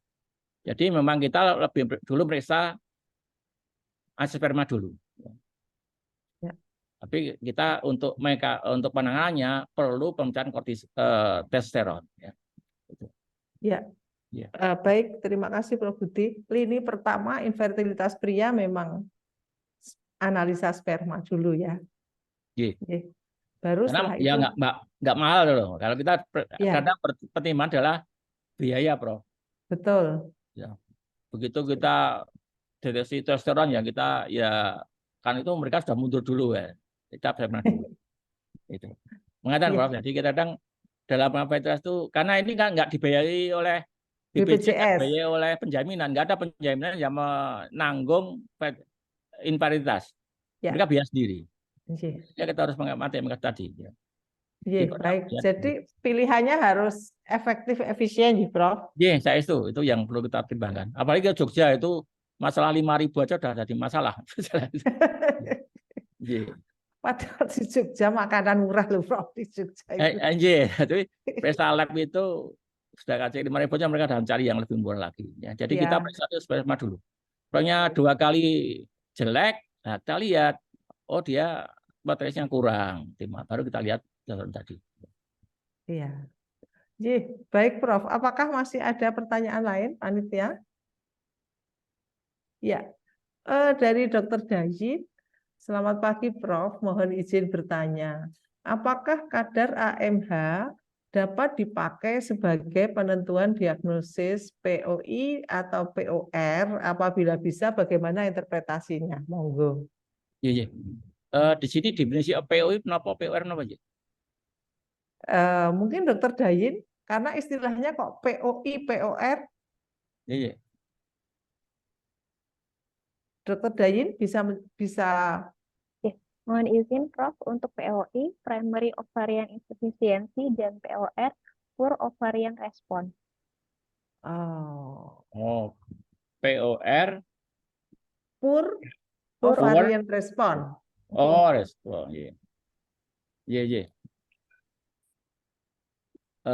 Tadi ya, AMH itu kita perlukan sama untuk melihat pada wanita ya, itu untuk melihat ovarian reserve ya.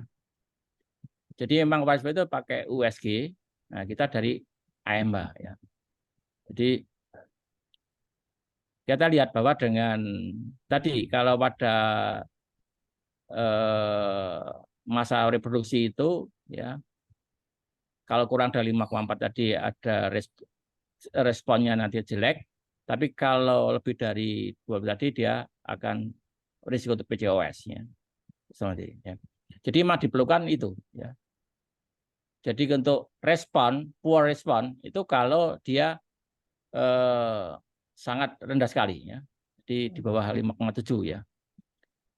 Itu poor respon ya. Jadi kalau dia kasih stimulasi berapapun stimulasinya dia tidak baik. Jadi kita pakai. Jadi memang untuk teknologi berbantu ini diperlukan kadar AMH yang tidak optimal itu. Gitu. Ya. Ya. Begitu ya, Dokter Dayin. Memang di Karyadi sendiri ini baru akan ada, Prof. Jadi AMH memang belum ada sampai saat ini. Iya, iya. Jadi mungkin kita baru mau mengadakan. Ya. Silahkan yang mungkin AMH ini biar untuk trias proban. Jadi memang dulu kita akan pakai hormon reproduksi yang cukup lengkap ya, EWSA itu cukup tinggi biayanya. Tapi dengan AMH ini sangat sekali ya. Jadi teman-teman sekalian sangat sekali. AMH itu tidak dilakukan asal dia dalam ring ya tadi yang normal tadi antara 5, sampai 25 itu 25. Dia berani melakukan ya. Tapi kalau dia tahu tinggi memang ada risiko untuk PCOS. Ya. Ya, polycystic ovarian syndrome ya. Ya, itu banyak kejadian tuh. Karena distimulasi. Dulu kita belum AMH ya. Dan ini cukup banyak kitnya, Prof. Ada yang pakai ELISA manual. Oh, ngaten. Dulu pakai ELISA manual saja. Karena pasiennya belum banyak, kita pakai ELISA manual. Lebih murah berarti ya. Lebih murah tapi ya memang harus manual ya. Sekarang kita pakai karena sudah cukup banyak kita pakai otomatis ya. Ya, ya mungkin buat residen yang belum tahu ya, yang ELISA manual itu yang kita punya seperti di Gaki. Ya, jadi kita pakai ELISA reader biasa ya, Prof. Iya, saya itu. Pakai ELISA reader biasa, kita tinggal programkan itu hormonnya apa. Tentunya yang pakai open system ya, kalau close nggak mungkin. Jadi kita bisa memasukkan situ hormonnya apa, kemudian pembacaannya bagaimana, panjang gelombangnya berapa, dan sebagainya, sehingga ya seperti yang dilakukan di Gaki, karena untuk parameter-parameter yang tidak komersial itu biasanya di autoanalyzer juga tidak ada reagennya. Ya, yang istimewa-istimewa itu biasanya kita lakukan dengan manual. Baik, kemudian pertanyaan yang berikutnya, masih adakah? Ya, Dokter Tara. Apabila terindikasi ada gangguan hormon pada pria, mengingat keterbatasan klaim BPJS, hormon apakah yang bisa disarankan untuk dilakukan pemeriksaan terlebih dahulu untuk screening? Wah, ini BPJS nih, kalau sudah BPJS mandek ya. Iya. Monggo silahkan, Prof. Budi. Kalau dari BPJS, memang mereka masih kalau nggak mau membayari analisis sperma, ya. Kalau nggak 2 kali berarti banyak bayari.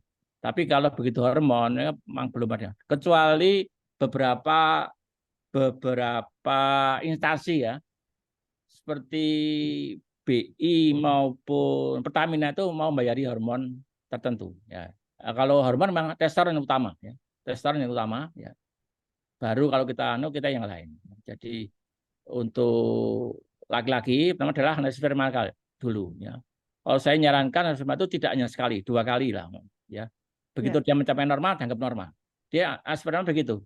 Jadi kalau sekali kita tuh bulan nggak bagus ya, diulangi lagi. Kalau dia bagus dianggap bagusnya. Kemudian hormon testosteron dulu ya. Memang nanti kalau ada beberapa kelainan tuh dilihat FSH-nya ya. Kemudian jangan lupa adalah prolaktin. Kadang-kadang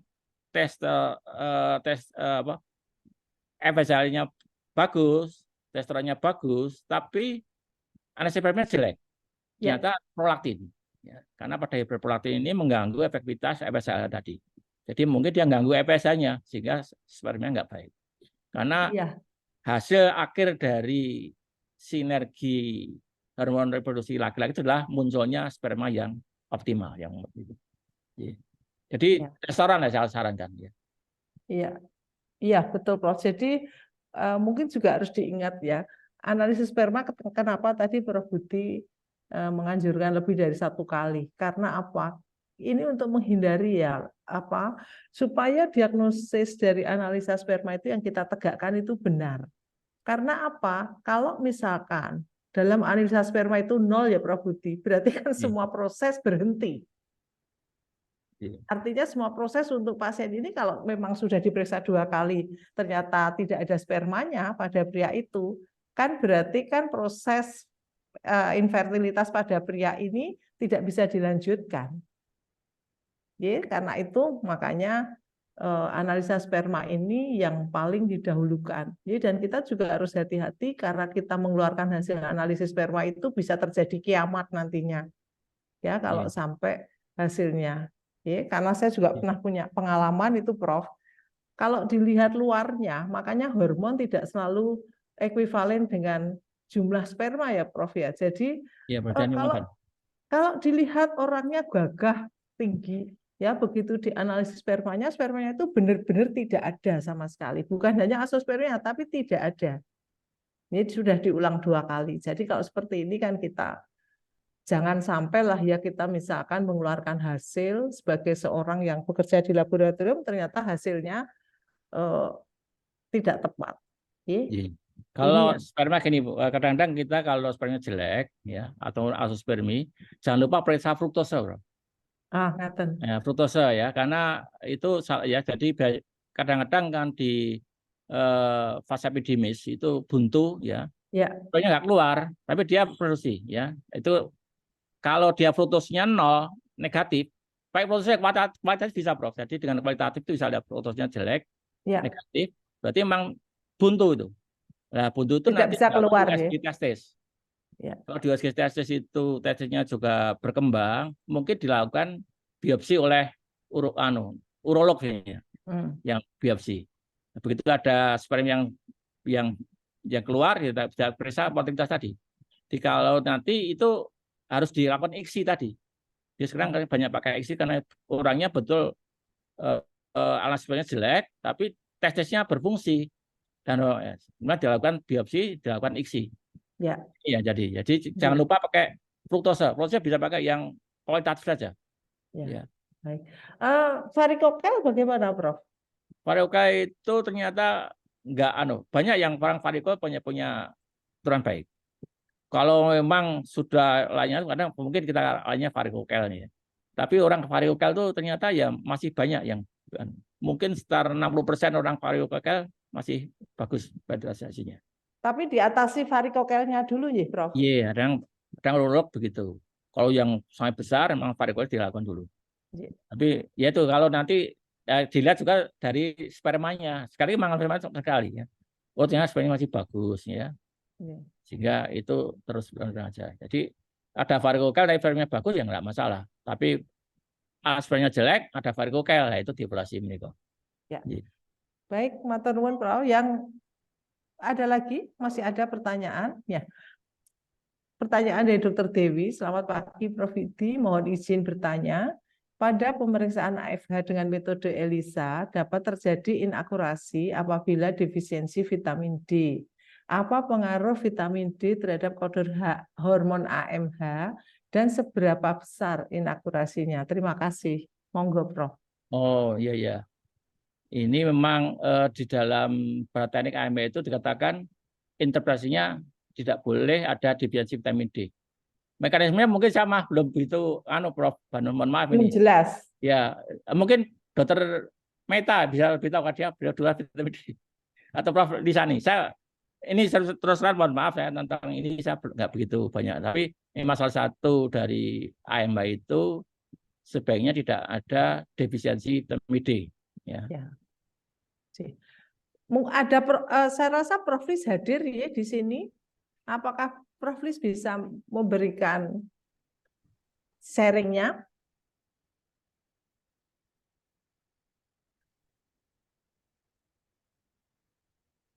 Prof. Lis? Halo, J, apakah Prof punya pengalaman tentang ini? Pak Prof. Ini tadi saya pertanyaannya tadi itu Saya bacakan ya, Prof. Oke. Pada pemeriksaan AMH dengan metode ELISA dapat terjadi inakurasi apabila defisiensi vitamin D. Apa pengaruh vitamin D terhadap kadar hormon AMH dan seberapa besar inakurasinya? seberapa besar inakurasinya Karena vitamin D. karena vitamin D. Iya.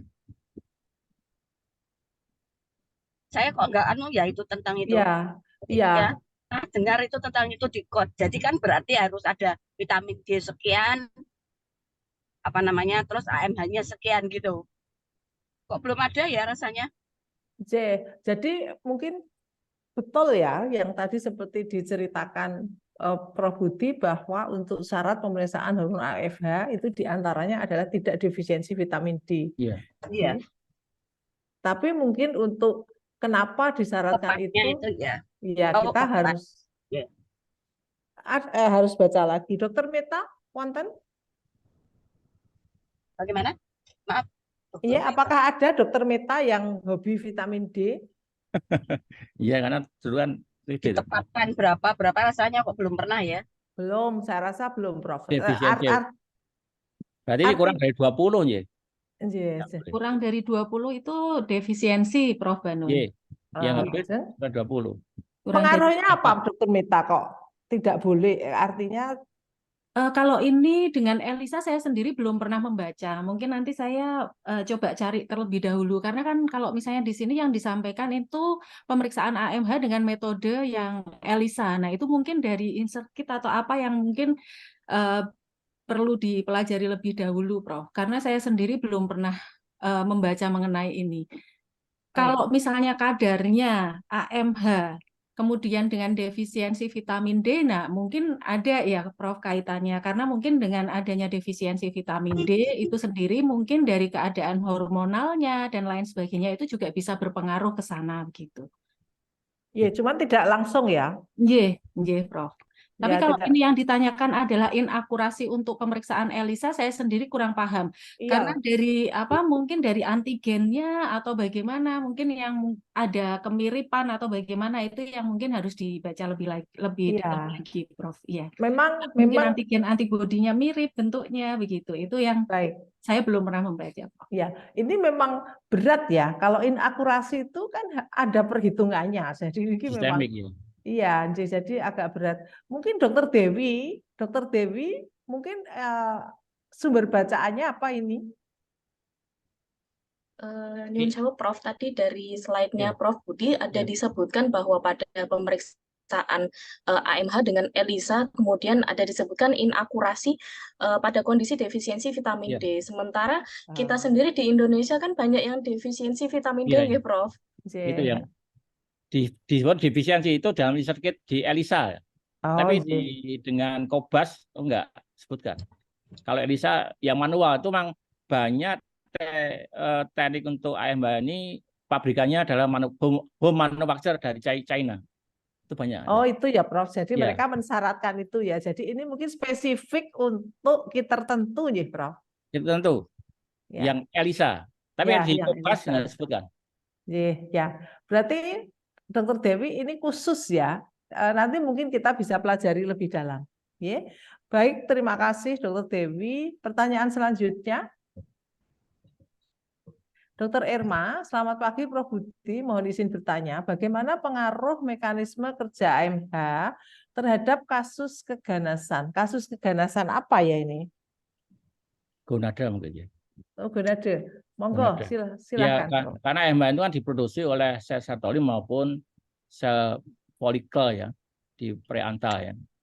Jadi kalau ganasenya di luar reproduksi mungkin nggak masalah. Tapi pada ganasa yang mungkin di ovarium atau di testis mungkin ada pengaruhnya. Tapi pekerja AMH ada keganasan saya nggak tahu ya. Tapi kalau keganasan ada AMH mungkin ada pengaruhnya. Keganasan gonadal. Ya, keganasan lokal ya, Prof. Ya, gonadal ya, karena dia diproduksi di sel Sertoli maupun sel folikel di ovarium. Ya. Jadi kemungkinan bisa kadarnya lebih tinggi nih. Atau malah rusak. Malah rusak. Tergantung ya. Ya, baik. Selanjutnya, Dr. Tika, Prof tadi menjelaskan bahwa pemeriksaan AMH dengan metode ELISA dapat ini sudah ya tadi ya. Ini sudah. Yang lain ada 2 pertanyaan nih. Dari Dr. Sarah mau izin bertanya Prof, apabila seorang wanita diberi terapi antihormonal selama 5 tahun, apakah setelah terapi, setelah siklus menstruasi dapat kembali normal atau tetap mengalami menopause? Terima kasih Prof. Monggo Prof. Ini tergantung dari umur ya. Umur dia apakah pada masih fase reproduksi enggak ya. Biayanya itu bisa kembali ya. Kita lihat nanti dari pemeriksaan, kalau kita mau meriksa endokrin reproduksinya, diperiksa FSH-LH, kemudian estradiol itu saya nyatakan 2 kali ya di fase awal menstruasi awal sampai ovulasi, dan juga nanti di progesteron di lutea. Kalau di dalam siklus hormonnya itu bagus, dia sudah kembali. Jadi memang tidak belum sebutkan timeline-nya berapa lama sudah antihormonal itu kembali lagi. Tapi ada harapan bahwa siklus hormonnya kembali normal. Ya. Dan tetap kalau menopause ini umurnya kalau sudah di atas 45 atau 50 baru nanti itu ya. Atau kalau mau lihat juga bisa dilihat AMH-nya. AMH-nya sudah rendah sekali atau ini sudah dia menopause. Tapi kalau tadi memang banyak orang dengan terapi yang hormonal ini dilihat siklus dinamika endokrin wanitanya itu memakai FSH-LH pada awal, kemudian estradiol itu 2 kali, dan progesteron pada fase luteal. Selama itu memenuhi, berarti dia sudah cukup. Ya, baik, matur nuwun Prof. Mungkin saya izin menambahkan untuk pertanyaan yang sebelumnya tadi, bahwa seseorang yang mendapatkan terapi antihormonal selama 5 tahun itu kan sebetulnya dibuat menopause. Ya, ini kan mekanismenya hampir sama ketika seseorang mengikuti keluarga berencana, ya misalkan disuntik dengan efek dari suntik atau efek dari penggunaan susuk dan sebagainya, sehingga menopause-nya itu kan dibuat untuk sementara. Jadi ketika si wanita ini masih dalam fase reproduksi dan kemudian dilakukan pemeriksaan seperti yang disebutkan oleh Prof Budi tadi, kemungkinan dia akan kembali menstruasi seperti biasa. Dan untuk pengobat pasien-pasien yang mendapatkan terapi antihormon selama 5 tahun, memang setelah dia mencapai dikatakanlah ini semacam remisi dengan baik, itu biasanya akan ditawarkan oleh dokternya apakah masih ingin punya putra dan sebagainya. Dan ini sesuatu yang bisa, ya artinya tidak terus tertutup sama sekali tidak. Ya, jadi masih mungkin. Ya, jadi kalau sudah kembali ke normal lagi ya berarti masih bisa untuk mens lagi. Ini mungkin yang saya tambahkan. Yang berikutnya yang nomor 9 dari Dr. Sherly Mensana, ada seorang pasien, seorang nona berusia 19 tahun terpaksa diambil tindakan ovulektomi total sebelah kiri dan ovulektomi parsial sebelah kanan. Sebaiknya pemeriksaan apa yang harus diperiksa secara rutin pada pasien ini? Sebaiknya diberi terapi apa dan bagaimana prognosis pasien ini dan kemungkinan jelek apa saja yang bisa muncul. Mohon pencerahannya. Monggo Prof. Iya, iya. Ini kan berarti dia hanya punya separuh kanan ovarium ya. Yeah. Sedangkan kita ketahui bahwa sebenarnya dari ovarium itu ada berapa ratus ribu calon oosit ya. Ya ini yang mungkin dilihat dari AMH-nya, Prof. Nah, selama AMH-nya dia lebih fungsi cadangan ovarium ya, Prof, berarti iya, ya? cadangan ovarium. Ya. Iya. Karena AMH bisa untuk melihat berapa ovarium reserve-nya. Ya. Kalau terapinya nggak tahu apakah boleh diberi Clomifene ya. Saya bukan klinisi nggak tahu ya. Iya, jadi ini memang bukan bidang kita. Tapi kalau dari segi lab tadi, kita harus melihat cadangan ovariumnya. Ya. Karena masih punya ovarium separuh. Ya. Sedangkan kan kapasitas ovarium itu masih 25% masih bisa sebenarnya. Ya 20% ya. Kalau separuh kan tidak 1 dan 1,5 jadi kan 25%. Itu masih bisa. Karena banyak sel yang sebenarnya kan kita dikaruniai Allah itu calon oosit cukup banyak ya. Hanya yang terpakai hanya berapa lah. Ya. Jadi masih ada kemungkinan itu bisa, tapi ya jeleknya ya infertil memang. Ya. Ya, jadi AMH ya Prof, kalau antara 4 sampai 25 tadi berarti masih bisa. Ya, hormon apa Prof selain AMH? Ya kalau estradiol 2 kali pada fase menstruasi itu kemudian fase folikuler 2 kali. Ya hari kelima mens, kemudian pada hari menjelang tinggal siklesnya dia bagaimana. Harus dilihat siklesnya. Kalau misalnya pada hari ke-14 ya menjelang hari 14, hari ke-11, 12 dilihat ada kenaikan enggak estradiolnya. Kalau ada kenaikan berarti ovarium yang itu berfungsi folikelnya.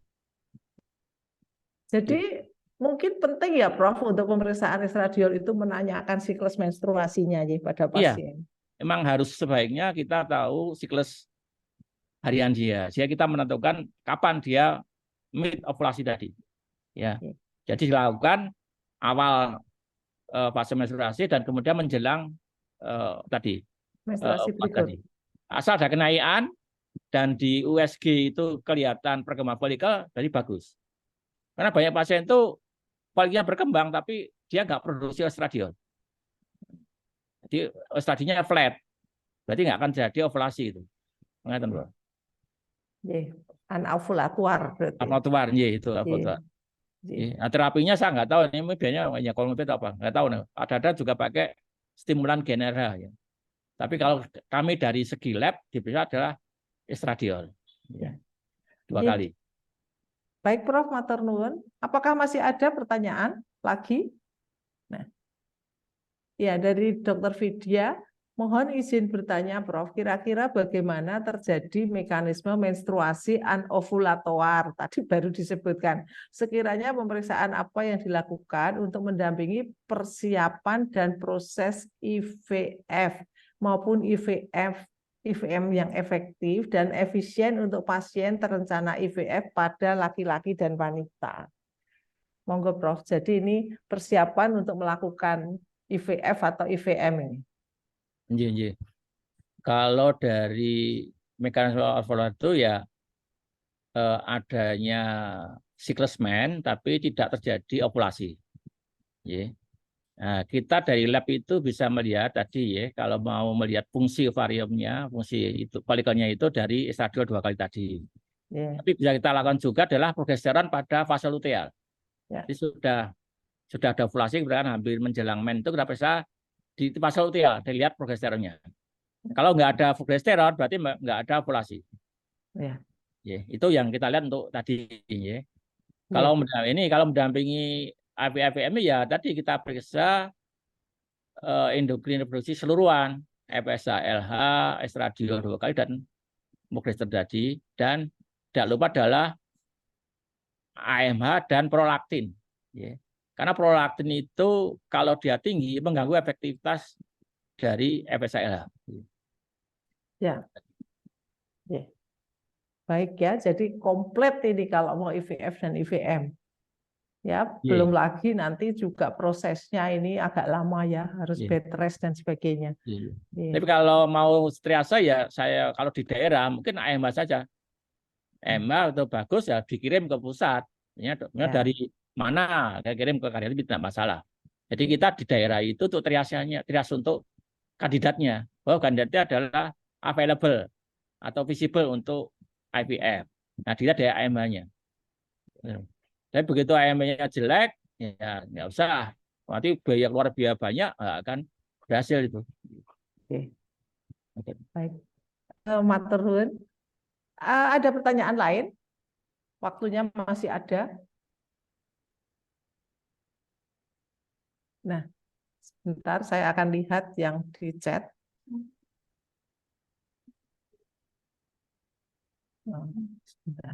Sudah semua ini.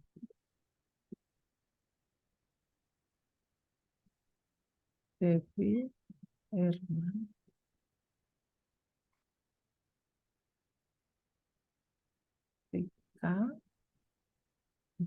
Ini sudah tertulis semua, Ye. Dokter Sarah tadi sudah. Sampun, Prof. Sampun. Rupanya semua pertanyaan sudah terjawab. Mungkin ada yang ingin bertanya langsung kepada Prof. Budi. Silahkan, atau karena residen sudah banyak bertanya, saya memberikan kesempatan. Karena ini juga diikuti anggota PDS Patklin Cabang Semarang, Prof. Ada beberapa yang ikut. Kemudian juga ada alumni yang kebetulan tidak ikut jadi anggota PDS Patklin Semarang. Monggo silahkan yang ingin bertanya juga.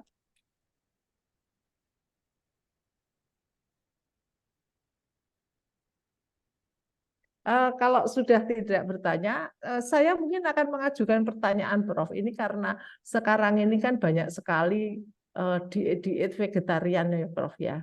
Berarti kalau diet vegetarian itu dia tidak ada intake dari hewan. Padahal kita tahu bahwa kolesterol itu selalu berasal dari hewani. Kita tahu kolesterol dipakai untuk sintesis hormon steroid. Ya tidak bisa dibilang dia jahat 100% ya, Prof. Terus gimana, Prof? Kalau misalkan orang yang vegetarian tapi tetap bisa terjaga hormon steroidnya, karena kita tahu bahwa sebetulnya kolesterol itu juga disintesis oleh tubuh kita juga. Monggo, Prof. Iya, memang ya kolesterol itu ya nggak jajan nemen lah ya. Karena untuk hormon steroid kita ya, testosteron terutama juga itu ada membutuhkan inti kolesterol tadi. Ya mungkin ini nggak sepenuhnya ada di yang nabati. Nah, saya ya kalau nabati itu mungkin ya jangan lupa nabati itu boleh telur enggak? Vegetarian. Vegetarian ya, nggak boleh telur. Tergantung, Prof. Ada yang mutlak 100%. Yang telur boleh, Prof. Lis? Boleh kalau telur. Telur.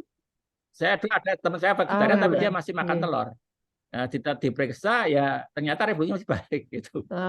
Itu. Ya, karena dan kalau telur enggak, lah ini saya belum tahu apakah ada pengganti untuk sumber steroidnya ya, sumber inti kolesterol tadi. Ya. Itu. Tadi. Iya. Ya berarti masih aman ya kalau bisa konsumsi telur ya. Tapi kalau totally tidak boleh termasuk produknya itu berat sekali ya, menurut saya. Nggak tahu kalau dari seperti kecambah itu ada enggak sumber kan inti kolesterolnya. Penting kan inti kolesterol yang masih utuh itu kan. Kalau kecambah lebih ke vitamin E. Kalau kolesterolnya saya belum pernah baca. Ya, ada sumber kolesterol yang penting ada inti kolesterol yang utuh. Karena kalau yang sudah terbuka tentu D. Kalau yang utuh siklusnya rantai siklus C yang itu yang pentanapenantrin itu itu sumber dari untuk steroid. Misalnya kalau sudah penantrenya kebuka satu ringnya itu sudah untuk VD. Jadi kalau untuk steroid itu betul pentana penantrin itu. Ya. Nah, saya nggak tahu sebenarnya kalau di luar. Kalau dari kuning telur ada, tapi kalau sebenarnya betul. Mungkin ahli gizi yang lebih tahu. Ya, baik Prof. Mungkin karena waktu juga kita harus mengakhiri sesi diskusi ini. Matur nuwun Prof. Budi yang telah menyampaikan presentasinya, kuliahnya dengan sangat bagus sekali. Kemudian juga seluruh panitia, KPS, kepala bagian, semua hadirin yang tidak bisa disebut sama kali. Terima kasih banyak karena sudah bergabung pada kuliah tamu ini. Satu yang kita harus ingat mungkin yang terakhir adalah setelah mendengarkan kuliah dari Prof. Budi, kita jadi tahu bahwa ternyata untuk mempunyai anak itu tidak gampang. Message-nya ini ya. Jadi kalau lihat tadi complicated-nya seperti itu, kalau kita diparingi anak yang bisa spontan, itu sudah luar biasa. Kita harus bersyukur dan kewajiban kita sebagai orang tua adalah memelihara, mendidik, membesarkan karena ini ada tanggung jawab akhiratnya. Jadi mungkin ini yang bisa sampaikan sebagai penutup. Matur nuwun Prof. Budi dan tim yang lain juga panitia. Wassalamualaikum warahmatullahi wabarakatuh. Kami kembalikan ke pembawa acara. Terima kasih kepada Profesor Dr. Banundari Rahmawati, spesialis patologi klinik konsultan. Terima kasih pula kepada Profesor Dr. Budi Mulyono, spesialis patologi klinik konsultan MM. Kami ingatkan kembali untuk para peserta agar dapat mengisi link absensi yang dapat diakses pada kolom chat.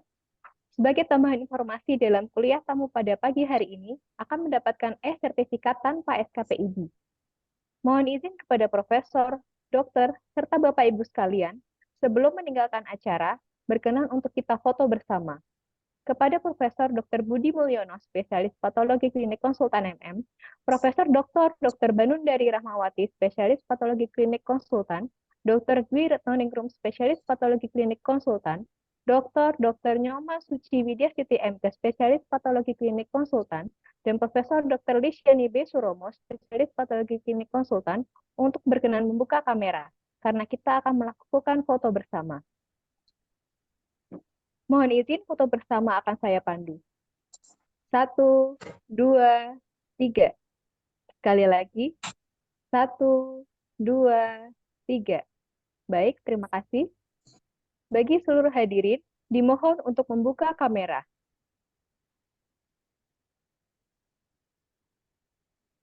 Mohon izin foto bersama akan saya pandu.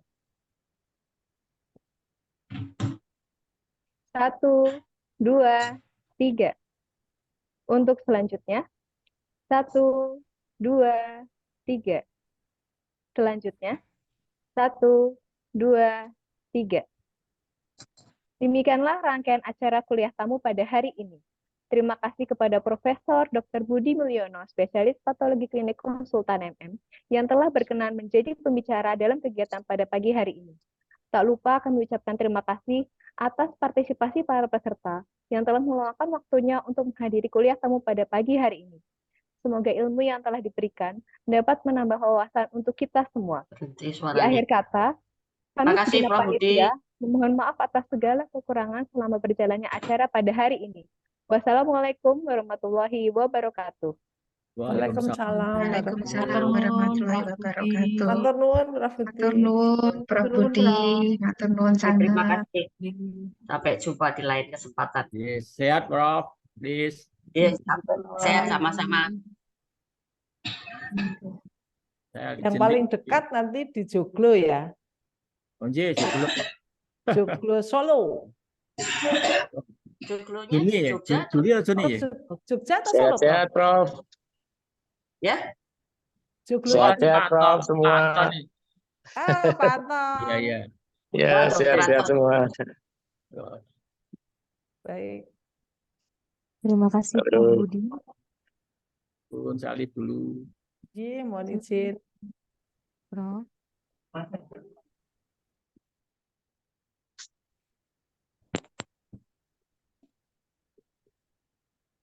Roslis. Roslis, sehat-sehat. Ya, puji Tuhan, sehat. Sama-sama saling mendoakan. Pak Anton di mana ini kok? Lagi di Ngrene Purwokerto, Bu Oh, Prof. Purwokerto. Baik. Ini saya belum isi absensi. Oh, ada absensi ya? Oh ya. Iya, ada absensinya, saya belum isi. Oke, belum isi absen nanti.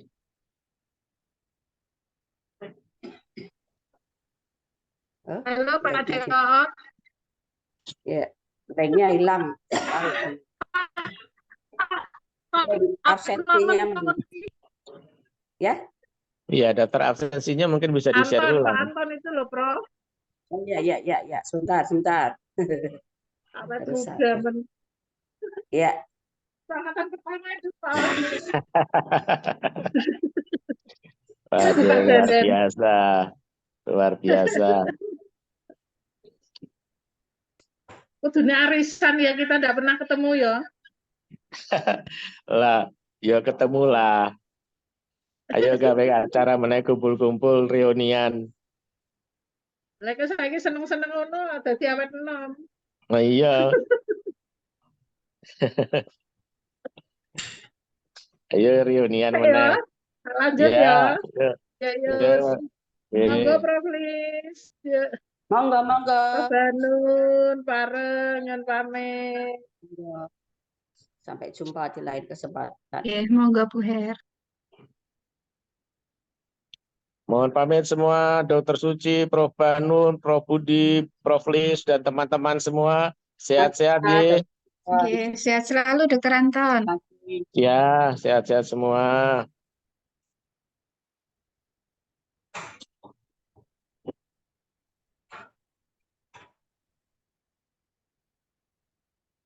Ini di kelasnya. Ini ngetiknya salah. Left.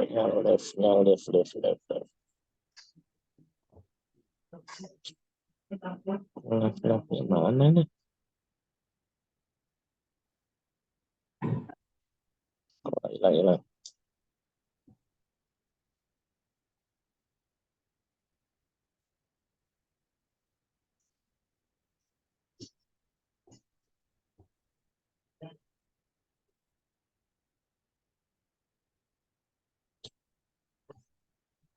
Kok hilang? Live yang di mana? Mohon izin kepada Profesor, Dokter, dan Bapak Ibu sekalian, mohon izin untuk end meeting, ya. Ntar saya baru ngetik. Iya, ini di mana itu anunya untuk absensinya? Ya, baru ngetik. Untuk absensi ada di kolom chat, Prof. Absensinya di mana ya? Oh, ini ya, linknya. Sudah ada masuk. Ntar saya masih ngisi. Baik, Dokter.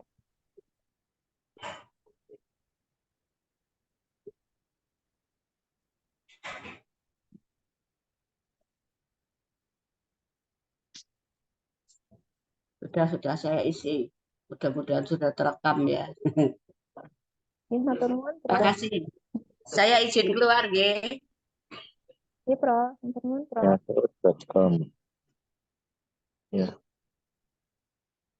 08 122 18 skripsi pensiun